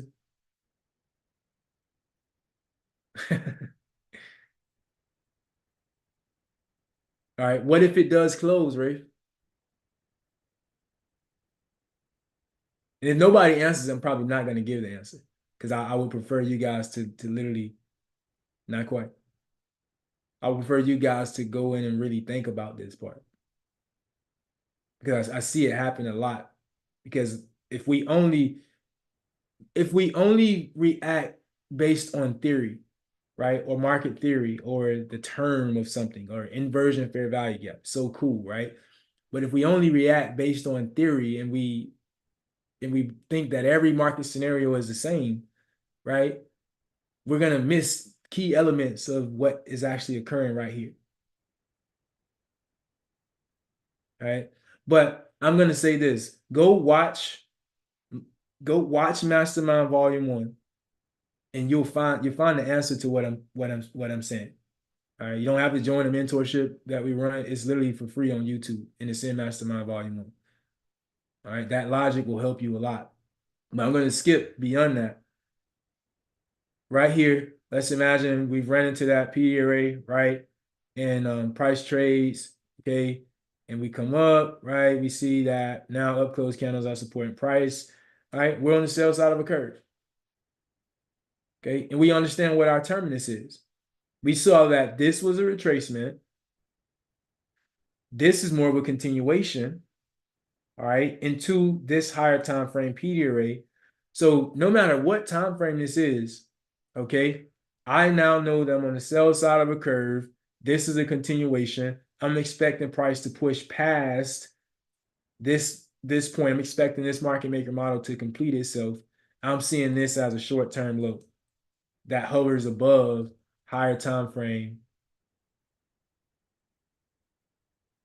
PD array. Right? So I'm in here and I'm going to be more prone to be short or to look for shorting opportunities as price goes, stops, inefficiency, stops, inefficiency, right? Low risk buy, low risk sell. All right, we trade down. Maybe we're at 50% of a graded price swing, consolidate, stop hunt, reverse. All right. But I know I'm on the sell side of a curve. I know the up close candles are supporting price. All right. I shouldn't be buying into up close candles. Hey, this happens a lot. Like with traders is when you're not understanding order flow, you see like if this is an up close candle, right? And let's say this is a previous day's low. Okay. If you're only basing all of your engagement on theory, right? And you're not using market logic, understanding we're on the sell side of a curve, up close candles are supporting price. You might see Asian range, previous day low sweep, market structural shift. And you're sitting here, you're thinking that we should be having some type of reaction from this fair value gap to go higher. Right? You're ready to buy from here. You place a limit order entry. Maybe you even get a slight reaction. Maybe you don't. Right? But why would this move be lower in probability?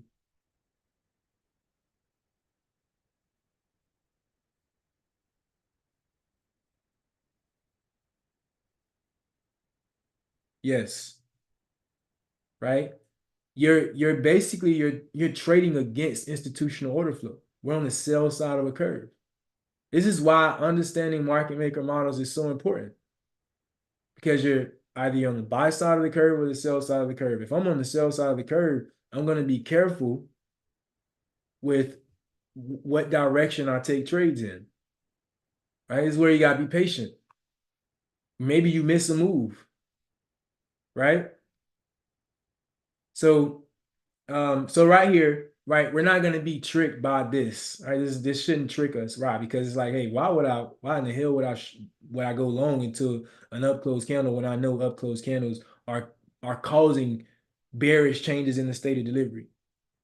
If anything, I'm going to see this little move on a fractal scale as a sell program. Boom, boom, right? I'm reacting to the sell side imbalance. I'm looking for SMT, all right? And I'm wanting to be short in this market.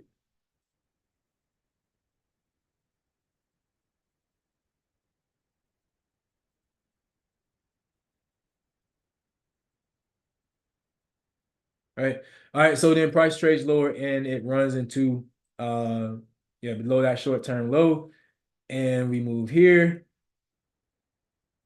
just to make this come to life. Like maybe we go here, runs into it, and then you should be zoomed out.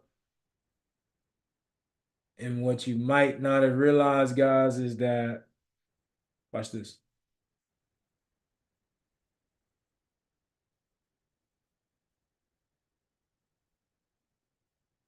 Boom. This move is nothing but a buy program for a much higher time frame, order flow, or down close candles are supporting price.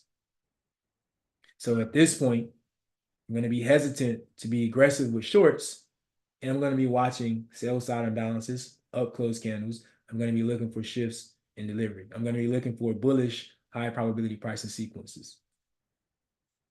Right? All right, so that's that. Really, I'm going to speak very briefly about the graded price swing thing, and then we'll we'll open the floor up for questions. It's been an hour and 45 minutes. All right. Grading price swings. So why do we grade price swings, and is it a deal breaker? All right. So grading price swings is not a deal breaker. All right. You don't have to use this. It's just a cool thing to know. However, it can help to forecast where or why certain market behaviors are at play. All right. It fits right into the mode of market maker models. Okay. These grades can help us anticipate where price could slow down, reaccumulate, relative PD arrays on the opposing side of the curve.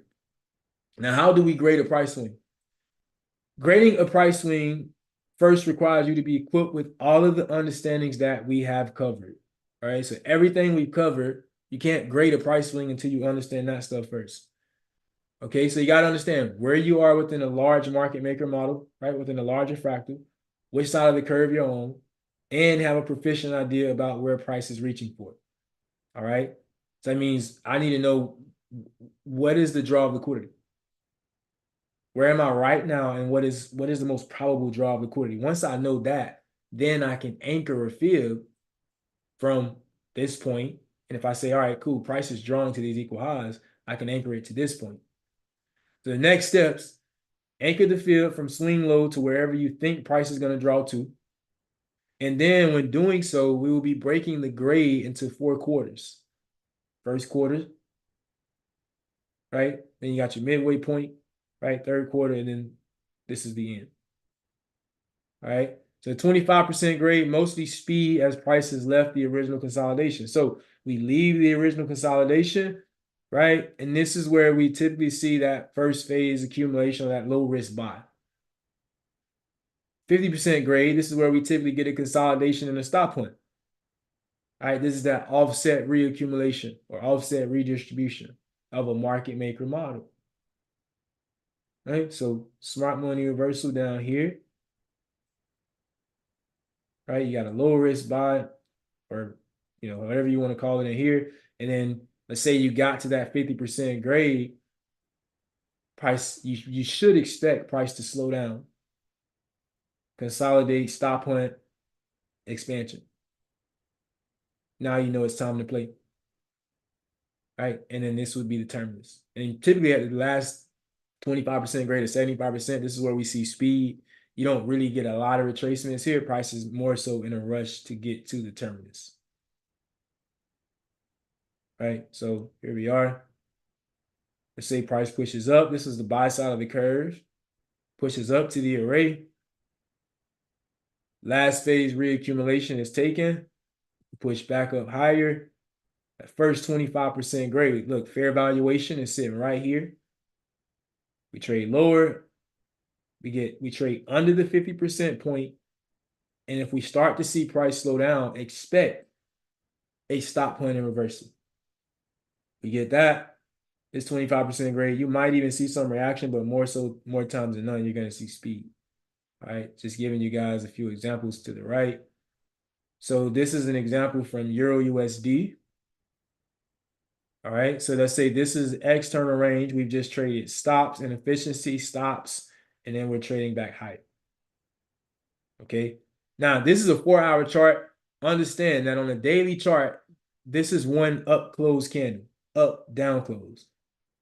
So even though we cleared the up close candle here, it's just running into more parent order flow.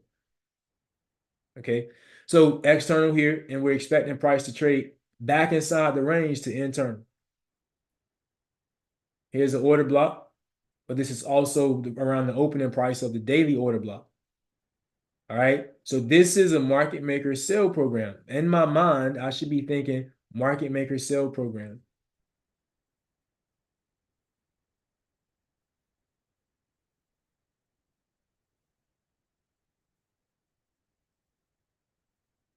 Whereas mentally, I can split this chart in half and I'll see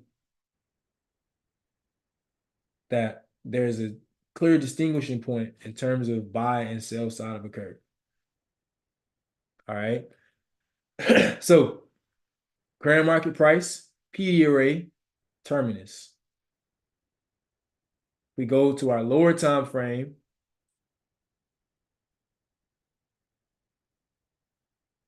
And we grade the price swing. So we've hit the higher time frame PD array. So we had our original consolidation. Look at what happens. We struggle here to leave, and then we leave with speed, right?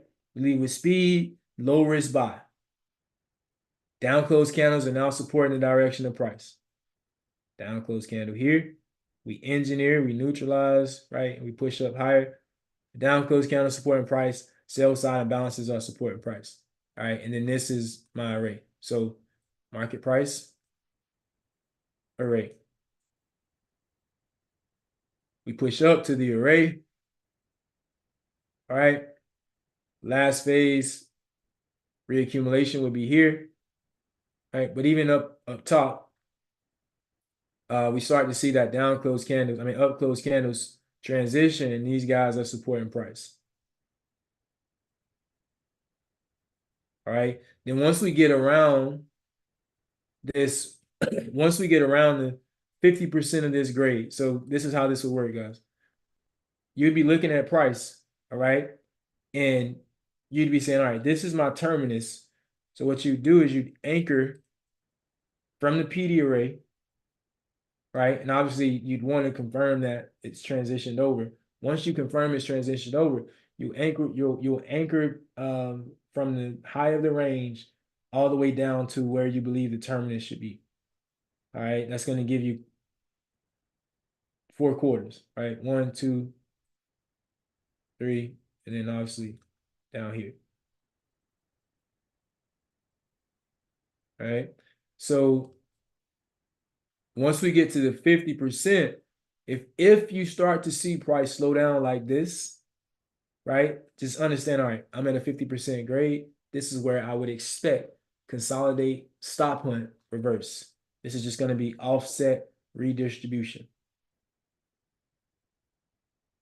And then price trades lower, right? We have a little, we slow down just a little bit at 25, but then we have speed attacking the terminus.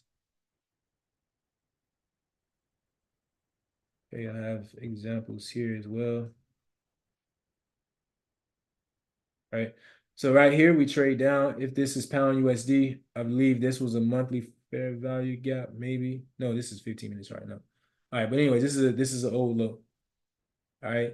So old low, price trades down, takes out the old low. You can literally see engineer, neutralize, distribute, rebalance, redistribution. So if we were right here in price and we were, let's say we were here and we're grading the price lane, we're saying, all right, we got equal highs above. Let me grade the price lane. Let me see where price could have certain characteristics. At the 50% grade, we trade above it. Then we expect there to be some type of small consolidation or even a long consolidation. And then we have a stop hunt, right? Reaccumulation, and then price goes higher. All right, but once again, this is not a deal breaker. I would say it's something that you shouldn't really get into until you really understand order flow and you really truly understand the whole concept of market maker buy and sell programs. Same idea here, right? You have a bit of a consolidation, stop hunt, and then price trades lower to the rate. Right. So we'll look at chart really quick. We'll look at let's go to Hey, gold. Chris, could you start off by looking at USD CHF? I was talking about that pair with the Unveiled group yesterday. Okay. That might be a pretty good case study for the Okay. upcoming week. What time frame? Just you want me to go to higher time frame and like a Yeah, break? just start at the higher time frame, and then the 4 hour is good enough. Okay. We're looking at this as Oh yeah, maybe go to your weekly. I think it's like a fair value gap or something there. hmm, And then we go right to fair valuation as well. And see, like almost to the pip. okay. Perfect. All right. All right, cool.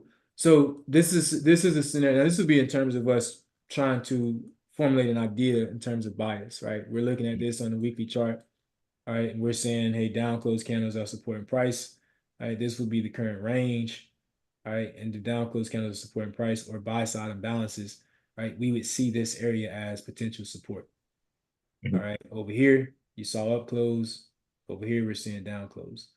So in this area, right, we potentially be looking for some type of smart money reversal, right? So if we take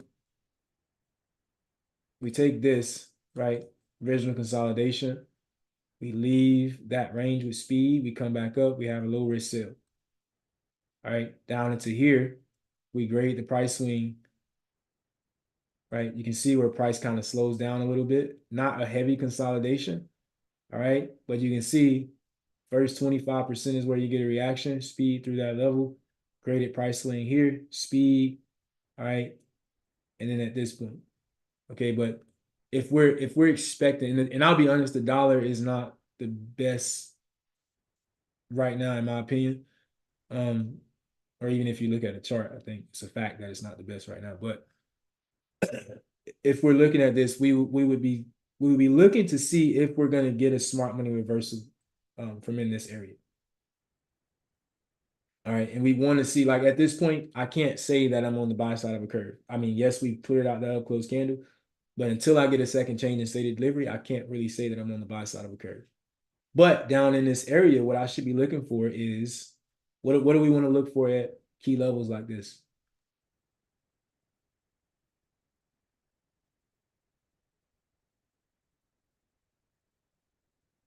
Good job. Rafe, you've been on it, bro.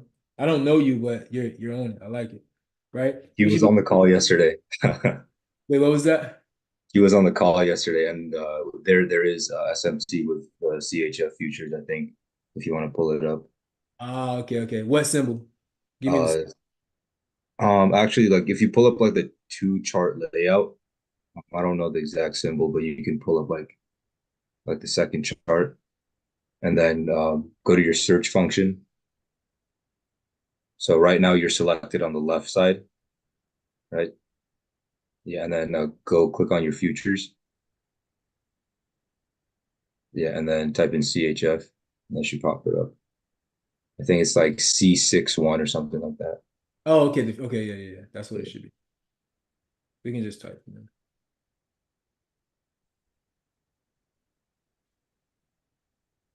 Not quite. Just look up Swiss or something. CHF1. Yeah.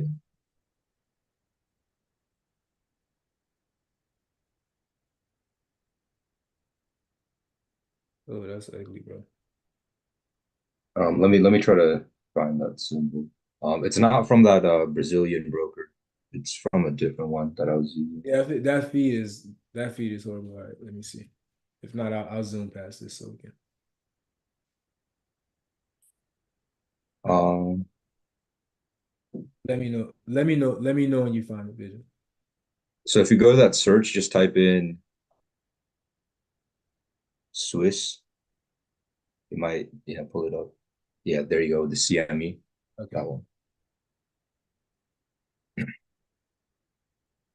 All right, cool. Oh yeah. All right, this is perfect. So if we're looking at a daily chart, wow.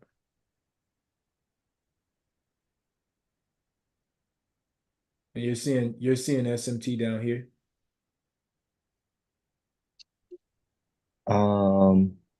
Yeah. You So that's going to be correlated with the highs, right? So we're treating USD CHF and this CHF kind of like how we treat euro and the dollar. So if you Oh, look okay, at okay. Okay, we're up here. My bad. yeah, Okay, cool. I got you. I got you. I got you. Yeah. So we're looking at this high, guys.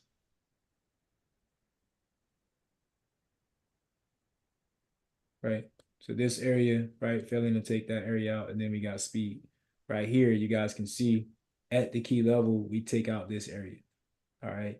So when we're wanting to see a smart money reversal, right, and price reaches that higher time frame, that key level, that's where we start to look for those cracks in correlation.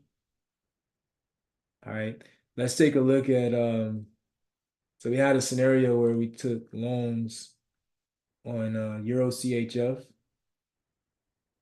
pound CHF, not here. Let's go to it's on the daily chart. Move this out of the way. So it's in this area.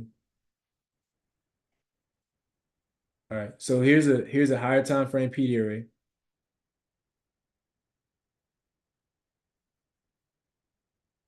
All right. And if we just do an analysis on price, right? You see a weekly chart. All right. Down close candle on the weekly right here. That weekly trades into this fair value gap.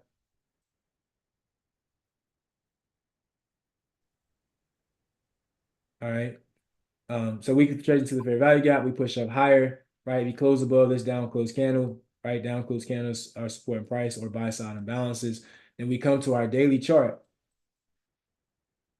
This move is going to be a market maker buy program.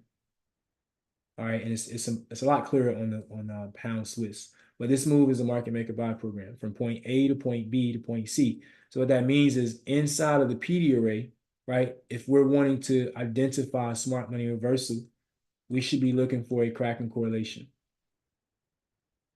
So let's push here. go to 15-minute chart, or even a 1 hour chart will work. Okay, so we got a bit of an original consolidation up here. All right, and it's not always going to be pretty. It's not always going to be the textbook scenario. We view this as our, our last phase redistribution. All right, and now price is down into that higher time frame PD rate, which was that daily fair value gap. So what that means is down inside of this area. All right, what I should be doing is first identifying my last phase redistribution. All right, now, and obviously this is a little bit messy, all right, because you might see this as this high to that low as the last phase, but let's just take this for visual purposes. Now, what I'm going to do is I'm going to go and I'm going to pull up pound CHF, and I'm going to look for cracks and correlation, right? So if you look right here, I don't have to go beyond this, but you guys can literally see right here, there's a crack and correlation, all right? And what follows that crack and correlation is speed comes into the market. And I should also see that down close candles are starting to support price, right? You can see down close candle supports price, down close candle supports price, right? So on and so forth. Buy side imbalances are supporting price, and we're already in a bullish market anyway. Okay, if we flip over and we look at pound Swiss and we bring up Euro Swiss,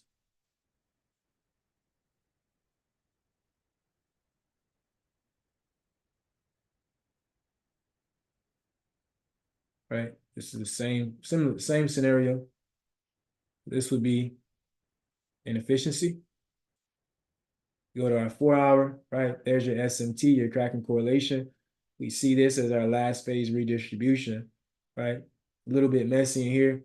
Obviously, there's more advanced entries you could take, but from just the base principles of a market maker model, we start to notice the down close candles step into the marketplace. These guys start supporting price. Over here, the up close candles, right here, right here, right here. These guys are supporting price over here, but then we change to the buy side of the curve. So this is our smart money reversal where we see our cracking correlation,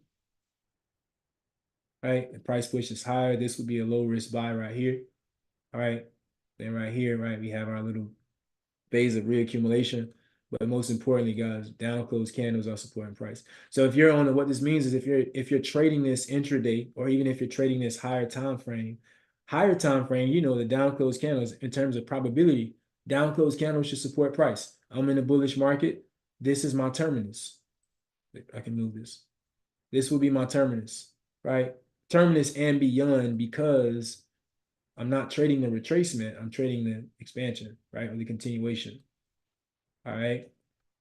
Even here, this inefficiency, we trade into the inefficiency, right? This is a point of order flow. The order flow in terms of inefficiency and down close candle. If you're on a lower time frame, what you'd be doing is understanding where your points of order flow are, right? And inside of the lower time frame, whatever your model is, I don't know what you guys' models are, for your everyday trading, but let's go here. You don't understand where your points in order flow are to help you better gauge how you should respond within the session. All right. Okay, that's that. Let's take a look at gold. Same idea on gold.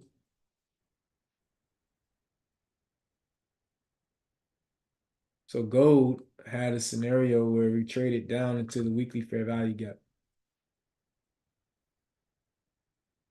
You go on our 4 hour chart, right? So we were up here. we could see this as an original consolidation, right? You can see price spend some time in that area, and we have speed out of that, right? Now we do make it down into the weekly fair value gap. The price pulls back higher, and then we have another phase of redistribution, right? But let's go to a daily chart, because you might be asking, you might be saying, well, hey, on a 4 hour chart, we trade into the PD array, and then 4 hour down close candle support price. You're right, it does. But it's trading those 4 hour down close candles take us right into a sell side imbalance on the daily chart. So I don't know. I'm going to be a little more skeptical in terms of trading against this. And I can't really say we've engineered a short-term low just yet. All right. So this might not be, I might not want to take that execution. All right. Or if I'm thinking about, thinking about seeing this as we're actually on the buy side. And guess what? If you do, and if you say, hey, down close candles are supporting price, and if it fails, so what? Right? It just happens. That's why you manage risk. You don't have to go in and find the most scientific answer for why this happened. All right, but then we have short-term low right here. Right, we run out that short-term low, right? And then all of this down here becomes our smart money reversal. All right. So if you're watching this, go into silver and then see how you would respond or what would prompt you to be able to solidify this as a smart money reversal. Right. And then we push up. Now we've actually taken out liquidity. Okay. And then we see the down close candles support price. Right. You guys see how we have a bit of a balanced price range right here, and we kind of there's a bit of resistance from that balanced price range. All right. There was something Vision mentioned earlier. There's a question we asked and nobody really answered it. But at this point, all right, we have speed above this level. If I go to a daily chart, there's down close candles right here. All right. Sorry if you guys hear my son in the background. But there's daily down close candles here. We have speed up, right? We're coming back down into the range. Now we're in a market where we're seeing that, hey, after reacting to the weekly fair value gap, down close candles are now supporting price, right? I'm in a bullish market. Gold has relatively equal highs. The stage is set to trade higher. And this is a breakthrough, but the stage is set for us to trade higher.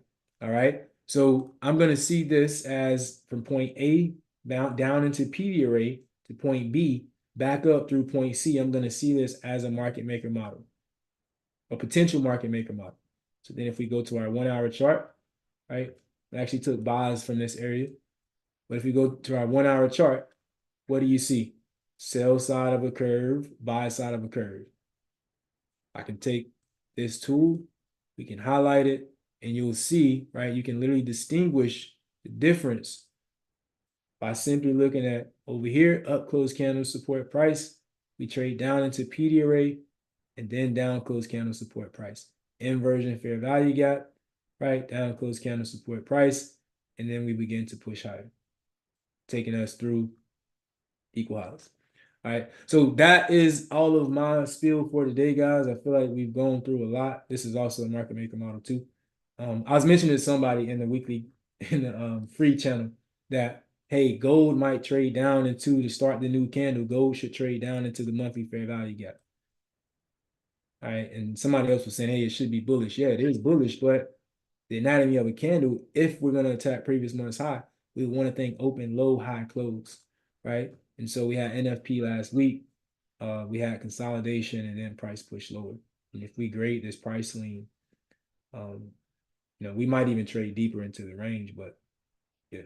So that's my spiel, guys. We'll answer a few questions and then I'm gonna go spend some family time for the rest of the day. So you guys can fire away in the chart, in the chat.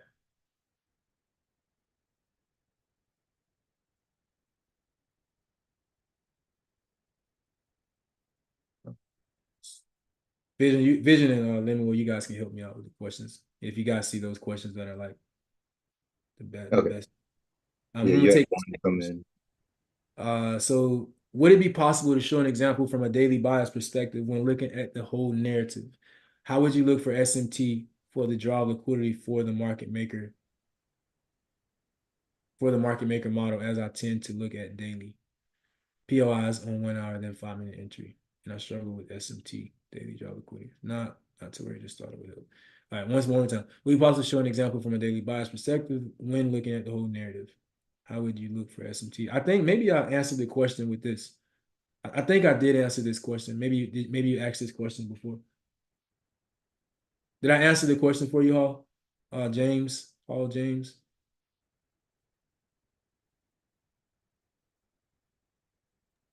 We kind of covered that with the CHF example as well. like combining bias with market maker models. Okay, yeah, he said we did. He said we answered it for him. All right, great. Great, great, great. So And then this Rafe asked a question as well. He said, "Do you take under consideration as a PD array the 50% of the higher time frame wicks?" one more time. So he says, "Do you take under consideration as a PD array the 50% of the higher time frame wicks?" So I think he's talking about like rejection blocks or something. And I mean, what about it? Because that's kind of a broad scenario. Okay, yeah, Rafe, could you just kind of elaborate on that, please, in the chat?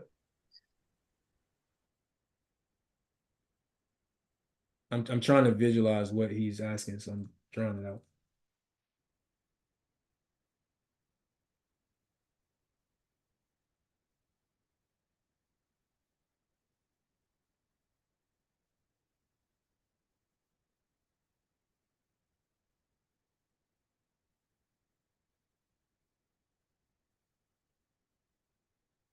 All right, so here's a wick, here's 50%. And I was spot on. Precision. All right, so here's 50% of the wick. And what exactly are you asking, Ray?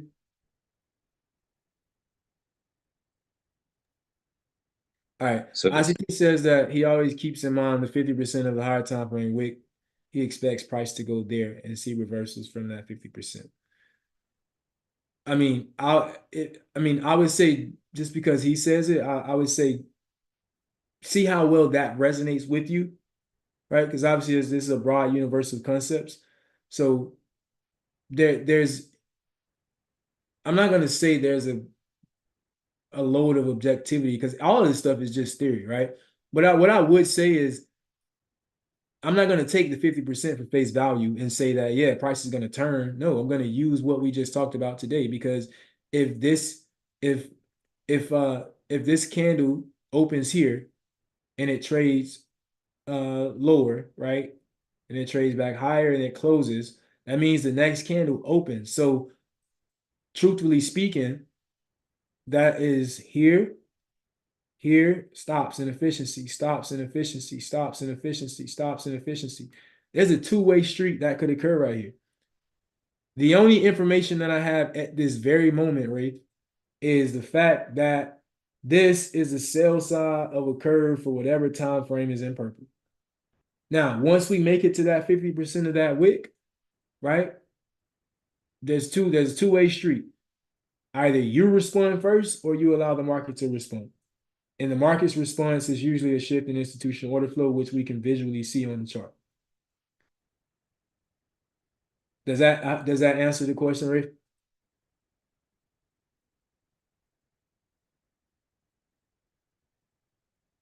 Thank you. All right. With which model would you trade market maker model every day?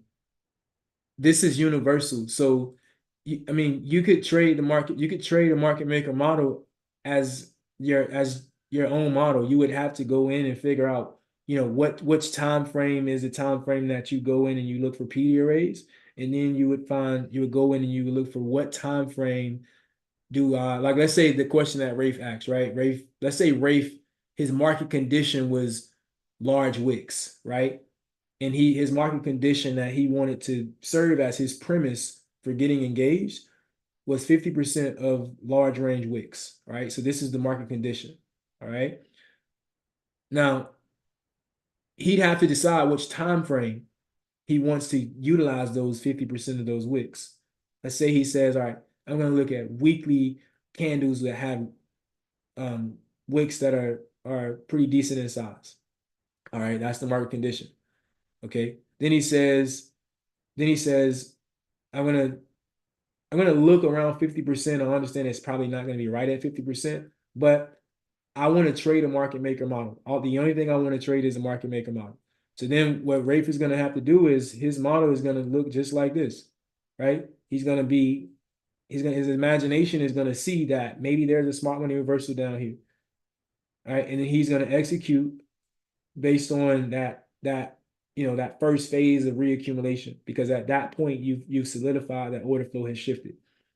That could be a model within itself, but because market maker models is such a universal concept, there's so many different things you could do with it.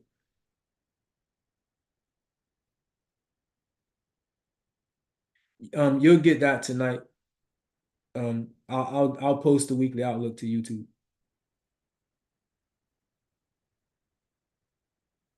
Yeah, I say, Rafe, I say you might have, it might be less frequency.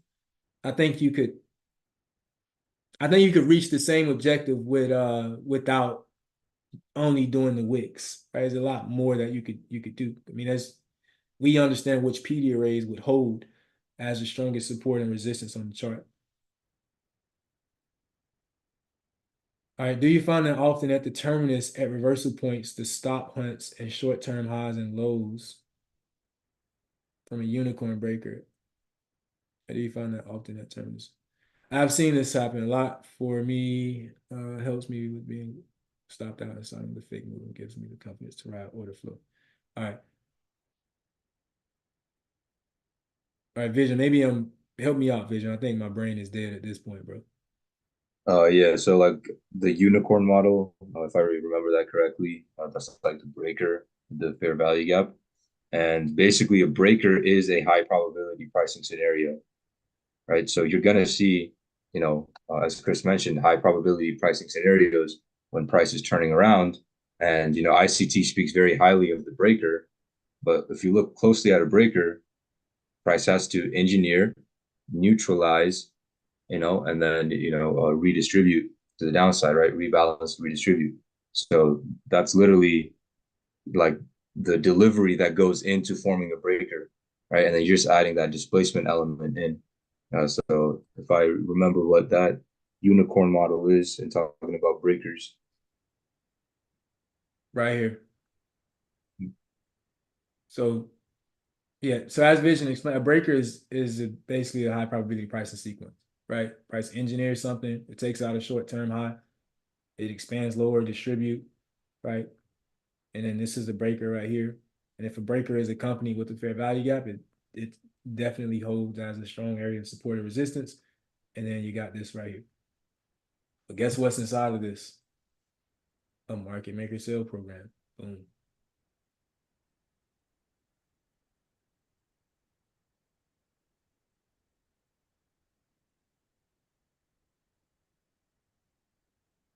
Yeah, you're welcome. Any more questions, guys? Vision, can you check YouTube? Is there any questions? Are there any questions on YouTube?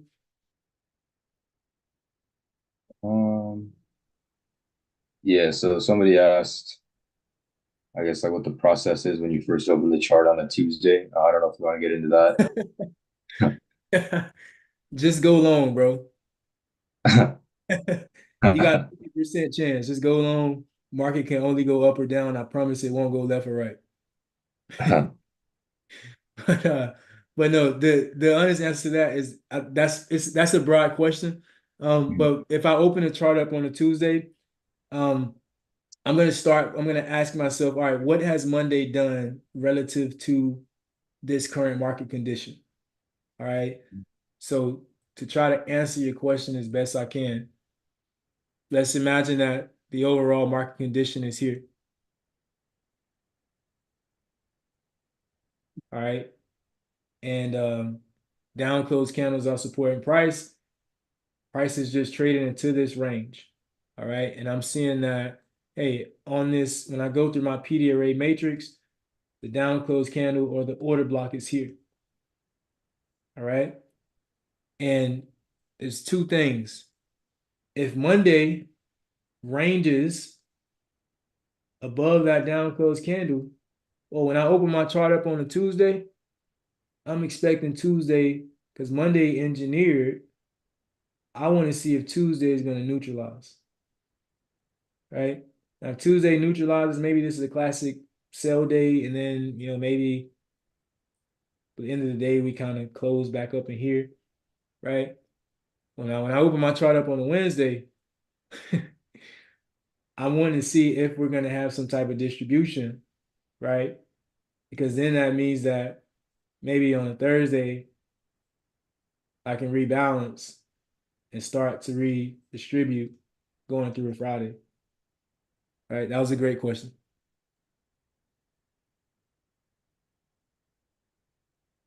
Yeah, and then as far as the other question, someone's just asking about why ICT isn't at the Robbins Cup, but I don't think we're gonna address that. No, we're not at all. Yeah. You're welcome, Rafe.